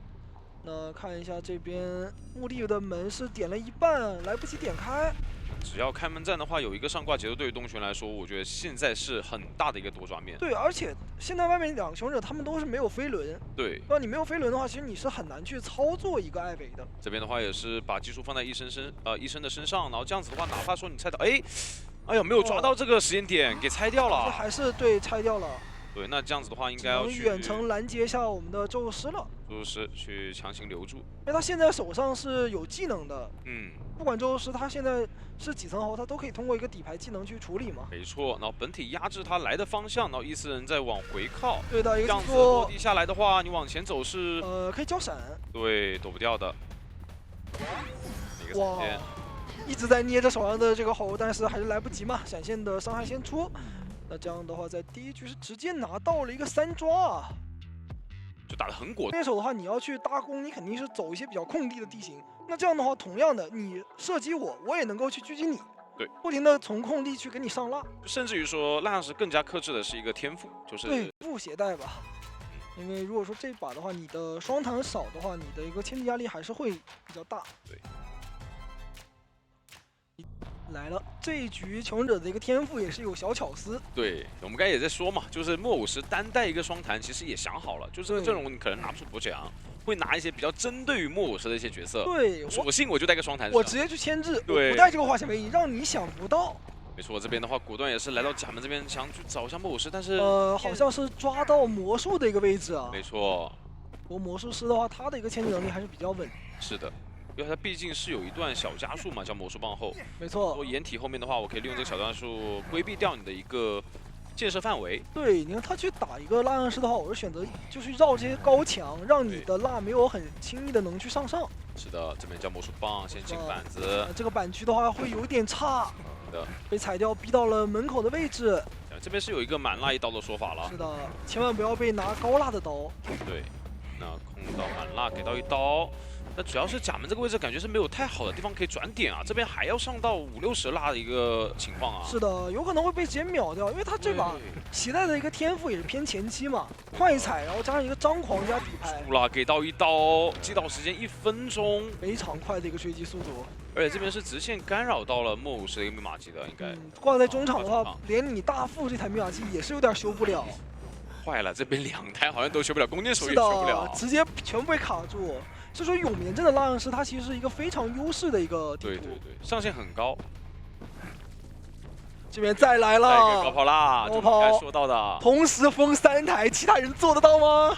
完全修不了，直接打一刀。大副这边把人套圈，给一个搏命，也是得赶紧走了。对的。然后这个阵容的话，如果弓箭手不来，其实很难去有一个2-6机会的。没错，而且这里配合自己的张狂，直接接错2阶，你下一波的救人压力也会比较大。因为他是让魔术师跟大副去带着这个化险为夷嘛，那你这个莫武师没有圈，你这个人要不要考虑直接卖掉？对的，因为你救的收益不大。是的。但是你不救吧，其实对于蜡像师来说，我2手节奏很好衔接，因为有移形没交。他现在真的是最强的形态，我有2阶，然后有技能，你这个时候求生者没有化险为夷，而且 OB 位我也不怕你。对，包括阵容上面，你现在也不好打。是的。看一下这个位置，想去打一手拦截，这边看到了大副的一个位置，但是弓箭手这边是好像2个人是一起过来去保这一波救人了。对，远程去把大副的来个热辣先80丢一下，没错。弓箭手把人救下来，但弓箭手身上也是有60多的一个热蜡。说后生弩是没有命中，那不敢砸他的板。对。那弓箭手这边只能拐弯去给到一点压迫感啊，但是不太能 OB 掉状态啊。啊，我热蜡是掉了，那这样的话能来得及吗？这个距离有没有？有。对，但交互线没用。是的。对的。因为从天赋的携带上面来讲，他也是有去防到这种弓箭手的 OB 的。因为弓箭手的 OB 的话，它很讲究，你是要打顺发的。你顺发的话，它的一个道具的 CD 才能衔接上。对，他就只能去打那个交互，牵人的时候就命中你的心脏。没错，底牌传送落地下来。那莫武师要找到莫武师，对，莫武师还没有变，压力很大。先去交一手，热辣一趟的话，其实还有个失去的说法，失去交了。这个板区的话也可以搏一下，还可以砸到了。感觉上来讲，但是他没有太多的一个转点空间啊，因为这边都是一个大空地。其实对于江秋来说，我觉得他当时不着急去把它定住啊，让他去损耗自己的一个路易状态。主要就我去吓你，让你自己去交这个状态嘛。现在蜡油的一个量是有点跟不上了。啊，板子也没封住。哎，但是主动翻板定住自己也是比较亏的呀。脸上还有一个地下室，可以考虑直接挂。或者我是直接把人挂回这个红蝶河的遗产机也可以。先把密码机封住，他是这么想的，把密码机封住之后，我再去打一波手艺。这个密码机停滞了，你现在就有半台要去修。对。这局对于江秋来说机会很大。是的，求生者他们这把想要去平局的话非常难，密码机被锁住，而且这个人是救不了的。对。这一手蜡像师的话确实是太有说法了。而且脸上这个位置是玉灵。这个半状态的大副，如果说你再修的话，其实我可以直接去换追你大副的。没错。人把密码机管住，然后再回头。君傲天的弓箭手已经偷偷绕过来，但还是有一定距离，而且被看到了。对。那这样的话，2个人等于都被架住，大眼瞪小眼，密码机动不了呀。好了，我直接追了呀，我觉得可以追大副啊。是的，因为你莫武师要过半。对。这时候不着急了，这个时候反而去控机子打这个倒地更好。哎，这刀打到了，直接预判到，而且手上有传送，还可以再回来进行一个手椅。我的天，再这努力下下来，骑虎难下了，救也不是，不救也不是，啊，只能不着急依旧。刀，只要把人定住就行。先的别路易，但没关系，我可以控蜡。蜡油锁住，你这个诗句也是不好教的。抬手可以骗他失去，对，骗到啦，定到了定住，住，一刀带走一。刀直接给他。那弓箭手现在还不能回去修机，他还得保护一下这个上挂飞的木偶师。是，但是这个时候大副的自愈也是能够拖好的，不过密码机进度确实差太多了。 50多的一个进度。这边的话，其实只要把他位置控过去，然后一个远程对，被定住，住，再牵起来。能够秒挂。那大副现在也不能修了呀，这边肯定是直接去锁定这台密码机，去争这个4抓的。 70多的一个状态，变成那个高抛好了啦，没有射到监管者，密码机被锁住，锁住了。哎，大副自己交了，这个是已知的。不能着急了。现在求生者一定是再起一台机，然后想办法去走一个。是。那对于江秋来说的话也没关系啊，我先可以等传送，对吧？以及自己的一个蜡油量的恢复嘛。对。蜡油量它恢复的速度还是很快的。这一局确实是这个前期的天赋跟打法是打出效果，真打出效果了。就这手张狂加底牌，一下子就把蜡像师他给到前期的一个压力了。就他很好利用到这张地图的一个优势点。是的。说这张图碰到还抓到了摸箱子的，真的是很难去处理。哎呀，你松手吗？哎呀，其实是一样的，其实一样。你想，他如果不松手，我在站原地喷满热蜡一刀，那他出刀了呀。对，但是你如果松手的话，就更快一点。也是贡献了一个小巧思的名场面嘛，感觉。对，不着急挂嘛，反正对于詹修来说，这局是尽可能去争这个4抓的。是的，是的。他这把现在已经是稳操胜券了，就是慢慢的看能不能去消耗掉你这个自愈，然后稳稳的拿下一个4抓。然后大副那边的话也是到对角线去摸箱子，这样真的两支队伍的一个交锋还是比较一波三折。对，前半场上来的一个3抓，然后这一局甚至直接就奔着这个4抓来了。看一下这个绕，感觉应该是被判断到了，脚印也漏了。看一下那边弓箭手已经自己起来了，而大副这里的一个位置也是比较差。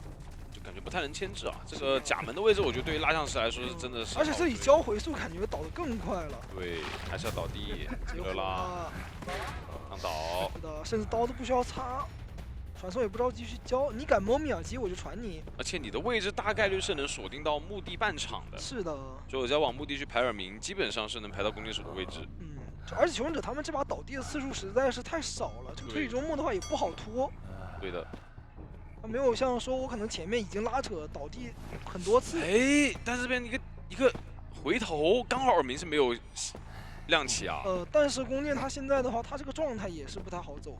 对，还得要等大副的一个淘汰进度。再往独栋排，那这样子排来排去，可能要回去找大副的附近嘛。是的，暂时是有点迷了，没有想到弓箭手他敢直接躲在墓地最里面。对。这是一个慢慢去搜索猎物位置的一个状态。那这边的话，也只能依赖于墓地这个密码机不会去让他冒压了。没错。但是大副这边的一个淘汰进度条的话，其实也是损耗的比较多了嘛。现在已经拖了很长时间了嘛。对。所以现在就看能不能再晚一点，让这边监管者找到，然后悄悄的去接近我们这边中场的一个地窖。对。或者说找机会去把大副给点起来。对吧？点起来之后再让他倒地一次，就这个地要救。但是这边排耳鸣排到了，锁到了。那这样子的话，而且不差就是这个方向是很明确的，除非说他主动下地下室，不然的话应该是直接被发现。直接发现这边把地窖被锁住招表，但是这里的话很难走掉。看这个怀表只能拖一点时间了。再摇一段，那边大副的话还没有去走到一个极限的进度条。把窗户先封住。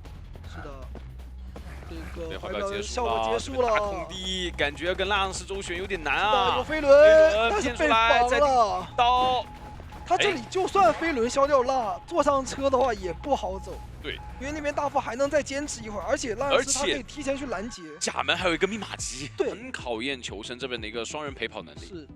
杂货商的话，起码他的一个防 OB 能力会比台球手更好一些。没错，他只要往地上去吸一个藤蔓，对吧？你这样的话，你的一个像这个阵容的话，感觉可能的一追目标是要考虑这2个带圈的位置，没错，对吧？让求生者这边少一个化险为夷的话，可能对于杂货商来讲会更加的有优势。是的，能找到古董商。那这把的话，要不要选择往右走啊？因为这个，我们从上帝视角来看，它只有一个化险为夷，一旦飞行家被追击的话，这个节奏会非常的可怕。没错。哦，难道说最不想发生的事情？哎，还好还没发生，没有去往大房直接走啊。但这边好像掉了个头，还是要找飞行家。对于就是你的个人牵制要求会非常高，因为没有化险为夷。必须要把时间给拖出来，牵制时间要拉满。那这样子的话就很考验外围。是的，一个藤蔓锁，大喷给，但是并没有拉开距离。是的，藤蔓直接锁住了，一炸一刀，开局39秒，直接进入到一个一炸到的状态。天哪！那得陪跑了呀。主要是他还把道具给交了。是的。这样的话，等于说你这波道具是白费的。前锋的话也没有选择去补一个撞，甚至项目他也在防。那这边交完背包，其实距离并没有拉开。是的，再过来，没关系，有飞轮，没有顶掉。但是这个藤蔓是空掉了。对的，但碎石可以压制窗户，你敢翻吗？这边没有给到。对的，大胆翻过来，要倒了，给一刀。但是移形暴露的情况让前锋这边是有机可乘了。三鱼现在已经贴过来了，这里的话球敢拉吗？不敢拉。哎，不敢。但是我觉得可以选择一个撞救。就是让飞行家有一个2-6的一个身位，毕竟没有化险为夷刀。哎，这边直接拉球防了这一手撞救，还要给一刀，糟了，这个局势大事不妙。这样的话我可以吸一个头，哎，他吸错了，好像是吸到椅子上了。想防 OB， 对，他这样的话他可以再等一个充能，没关系。而且你前锋你不敢离太近，你离太近我给一个藤蔓，对吧？可能你自己要倒。那这边确定一下没有耳鸣之后再把人挂上，第一时间在给前锋补撞，他也是摸好了，但是2个人的位置也是彻底的暴露在了监管者的眼前。对，而且道具的损耗也是存在的嘛。主要是这个节奏他很难去拖，对吧？他紧赶紧的，你没有一个化险为夷的时间。开快刀，这边的话直接给到一刀，向这边捏一个风，前锋那边拉球救，赶紧吹一下。但这边的话其实吹不也太远。是的，给个藤蔓过来，还是要去针对我们的飞行家的。前锋赶紧过来陪跑，下一个板。那现在的话，就看这边的一个陪跑能够去拖多长的时间了。是的，这边帮忙去。飞轮顶掉，也是没有问题的。我们的飞行家手上还是有一个喷气背包的嘛。没错。古董商也过来接应了。这个团队的配合一定要打出来。2棍。我甚至觉得他可以再帮他卡个位。哦，飞轮挡刀。肖梦这边好像想换一下，哎，但这个节奏方向好像不对了，有点歪了，没有找到飞行家的方向。哎，那这样的话，求生者有了一线生机啊！没错，他们现在可以去找时间给这个飞行家补状态了。移形的话是有点想对这边的气象动手吗？在犹豫。稍微行一交的话，其实飞行家就绝对安全了嘛。对他丢节奏了，他这个没有觉到飞行家丢了一个很大的节奏。那现在找气象学家，而且气象学家这边道具还是有的。来快刀过来开门。重金托看一下，被吹走。但是玉林的一个位置不太好，藤蔓的话能跟上。缠到了。给到一刀直接击倒。是的，前锋也是过来先给你一些压力吧。这个位置换挂，你会发现密码机就够了呀。对，因为这个时候一挂的话，其实主要有个很大的问题是什么？我把飞行家这个化险为夷给让出来了。对，现在我只要去套一个圈，你看外面密码机的进度，对吧？已经是接近，就每一台都修的差不多了。对的，飞行家过来了，就过来套圈。毕竟他也是个半挂嘛。对，第一时间还没有看到飞行家的位置。是一个无伤救。那现在的话，对于监管者来讲呢，他得去想办法把密码机给守一守。感觉有点难。他能不能去把密码机给封锁一下呢？是的。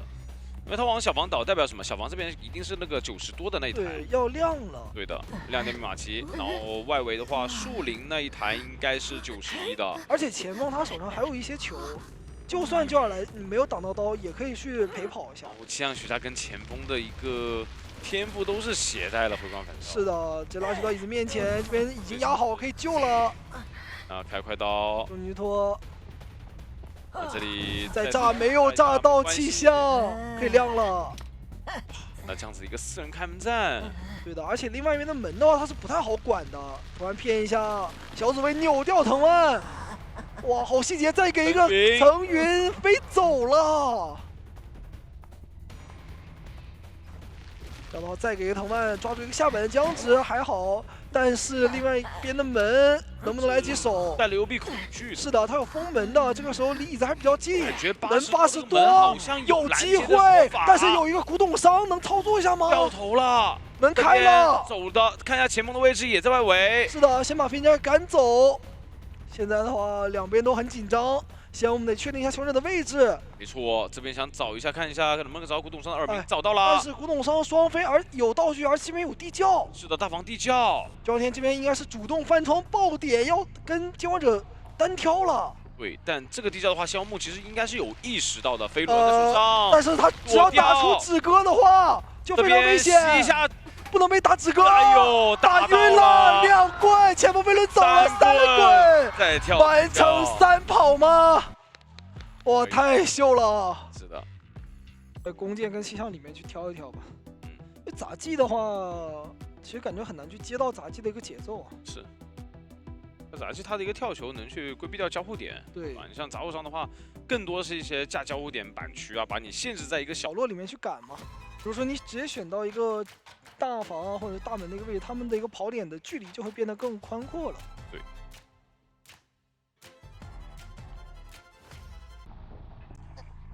来看一下起追这边是直接找18的位置。是的，直接奔着你这边树林的杂技就来了，还是想要去吞这个化险为夷。对，那看一下，哎，但他是其实没有防的，他没有拉点，他选择往树林里面躲了一下。他是想往小房去修。哦，那这样子前面一个跳球，距离拉开，还好，而且蹭到了这边的一个土，那有减速的一个效果。那这边过来再选择开门，但是其实杂技的走位并没有往这边走。是这一个反跑，而手上也捏住了自己的一个排球。对的。身距上面来讲还是比较靠近啊。对，拉的有点危险啊！这边走空地走的红球嘛，但红球没有封到技能，顺势给到有一刀啦。把木屋的路堵住，再给一刀，好细节。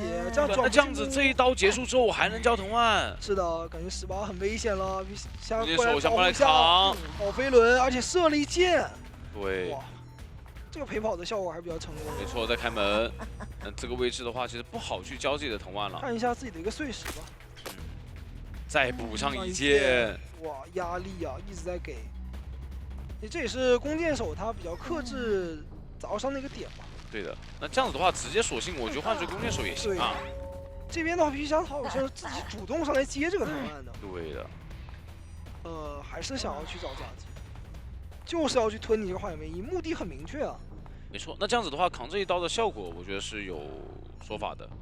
而且他这把没有去选择带一个移形嘛，所以说没有办法远距离快速的接近，只能说慢慢走。对，然后看这边的一个开门怎么开了。开门，但杂技手上还有球，他也不是很怕你。对，然后拉开距离，这边的话其实确实不太好压制身位。对，确实给到了，但并没有压到。这个预判的再开一门，没关系是吧？还可以往外去跳闪现，还好。那吃出了一个闪现，对于球队来讲也是可以接受的。没错。不过其实东选的话，他这把毕竟是平局嘛，就没有关系。虽然说被你拖了很久，但我只要去，好好打自己的一个手椅节奏就可以了。没错。哎，这波外面的状态还是摊到了。看看佣兵的一个救援吧，还是很关键的，因为就只有他一个圈嘛。看能不能说保到自己的一个状态，然后让外面这2个人能够多修一点密码机。对杂物上来说，我觉得手也是一个非常重要的一环，重中之重。看一下碎石能不能命中，没有给到。没炸到。吸手抓住你吸的后摇，直接救人。对，他一刀佣兵，这样的话杂技被锁住，刚才也走不了。对的，这时再压迫一下。再开个门，这样应该有一刀。基本上这里没办法，这边一个小身位扭掉了。看一下18的红球能不能去牵制出来。刚刚已经交过了，对，交过了。他现在已经没有处于一个没道具的状态了。是。只能依赖于队友说一直辅助，但这边门关了，要多绕一下，踩一个板。藤万不好气交，象这边交出来的话能不能有板子，一个是的回手的藤万还是没命这样中。的话距离反而更远了。对的，气象这边还有道具要交锋吗？一下交了。漂亮！密尔基奇差的不多了，2台都已经一半，而气象这边要卡位，糟了，糟了，被直接架住。这样子扛一刀，距离拉得很开，那只能对气象啊。而气象手上还有一个道具啊，你这边是追不上咋地了？看一下这边藤万的距离感觉不太够啊，我的天小房附近是吧？直接是到了小房窗口了。对，看这个藤万，来，只能说拉近一些身距吧。这边的话尽可能不要倒在马街附近。他应该是要考虑这个量的，因为毕竟没有去带一个苦养反照嘛。是的，那再规避一个炸，然后回来接板弹再转走。那前面的话，你选择开门，那这个人可能也不太好去击倒。2个碎石，确实是躲掉了。是的。通电密码机。这样的话，对门的话应该是来不及开的，少有一个传送还是有平的面的。你的说法。枯草的位置是露出来了。对。哎，这边已经切了传送，但第一时间不敢踢啊。但是枯草有3个护腕啊，而且他是一个满状态的佣兵。这交传送门是开了的，开了，2个人在门口。枯草这边想救人，直接交过去。而且身上有撕裂值啊！糟了，要被晕一波。晕一波，这边再弹个护腕还能救？能救吗？这个淘汰进度其实有一点极限，能做到吗？第3护腕要弹，可以弹过来，歪了一点，掏下来了，坏了。这样子的话，他其实如果没救下来，其实还有一点，还有机会平。对，因为他毕竟有碎石嘛。但是这个掏下来对于姜维来讲真的很太伤了。对，因为等于说现在多了一个人出来，你可以去点门给压力，完全就没有一个平。而且这个位置好像排歪了，这边没有2米，有地掉的呀。18这边直接奔着小木雕去了，这边再往小门排看一下，哎，但是佣兵还需要很长的一个时间才能走。对，但是他回头找佣兵吗？糟了，没找到人。晕了，不会吧？晕了，完全没看到人，现在没有传送，没有位移了。这边真的晕了，这边交藤万，再来小门，小门要没人。但是，他还有一点机会，佣兵现在还没有出门。到门了吗？佣兵的位置能走吗？给一下右下角，看不到。走了吗？走了，佣兵走了，哇！什么？这也首个4号居然是今天吗？恭喜成都GG！我的天哪！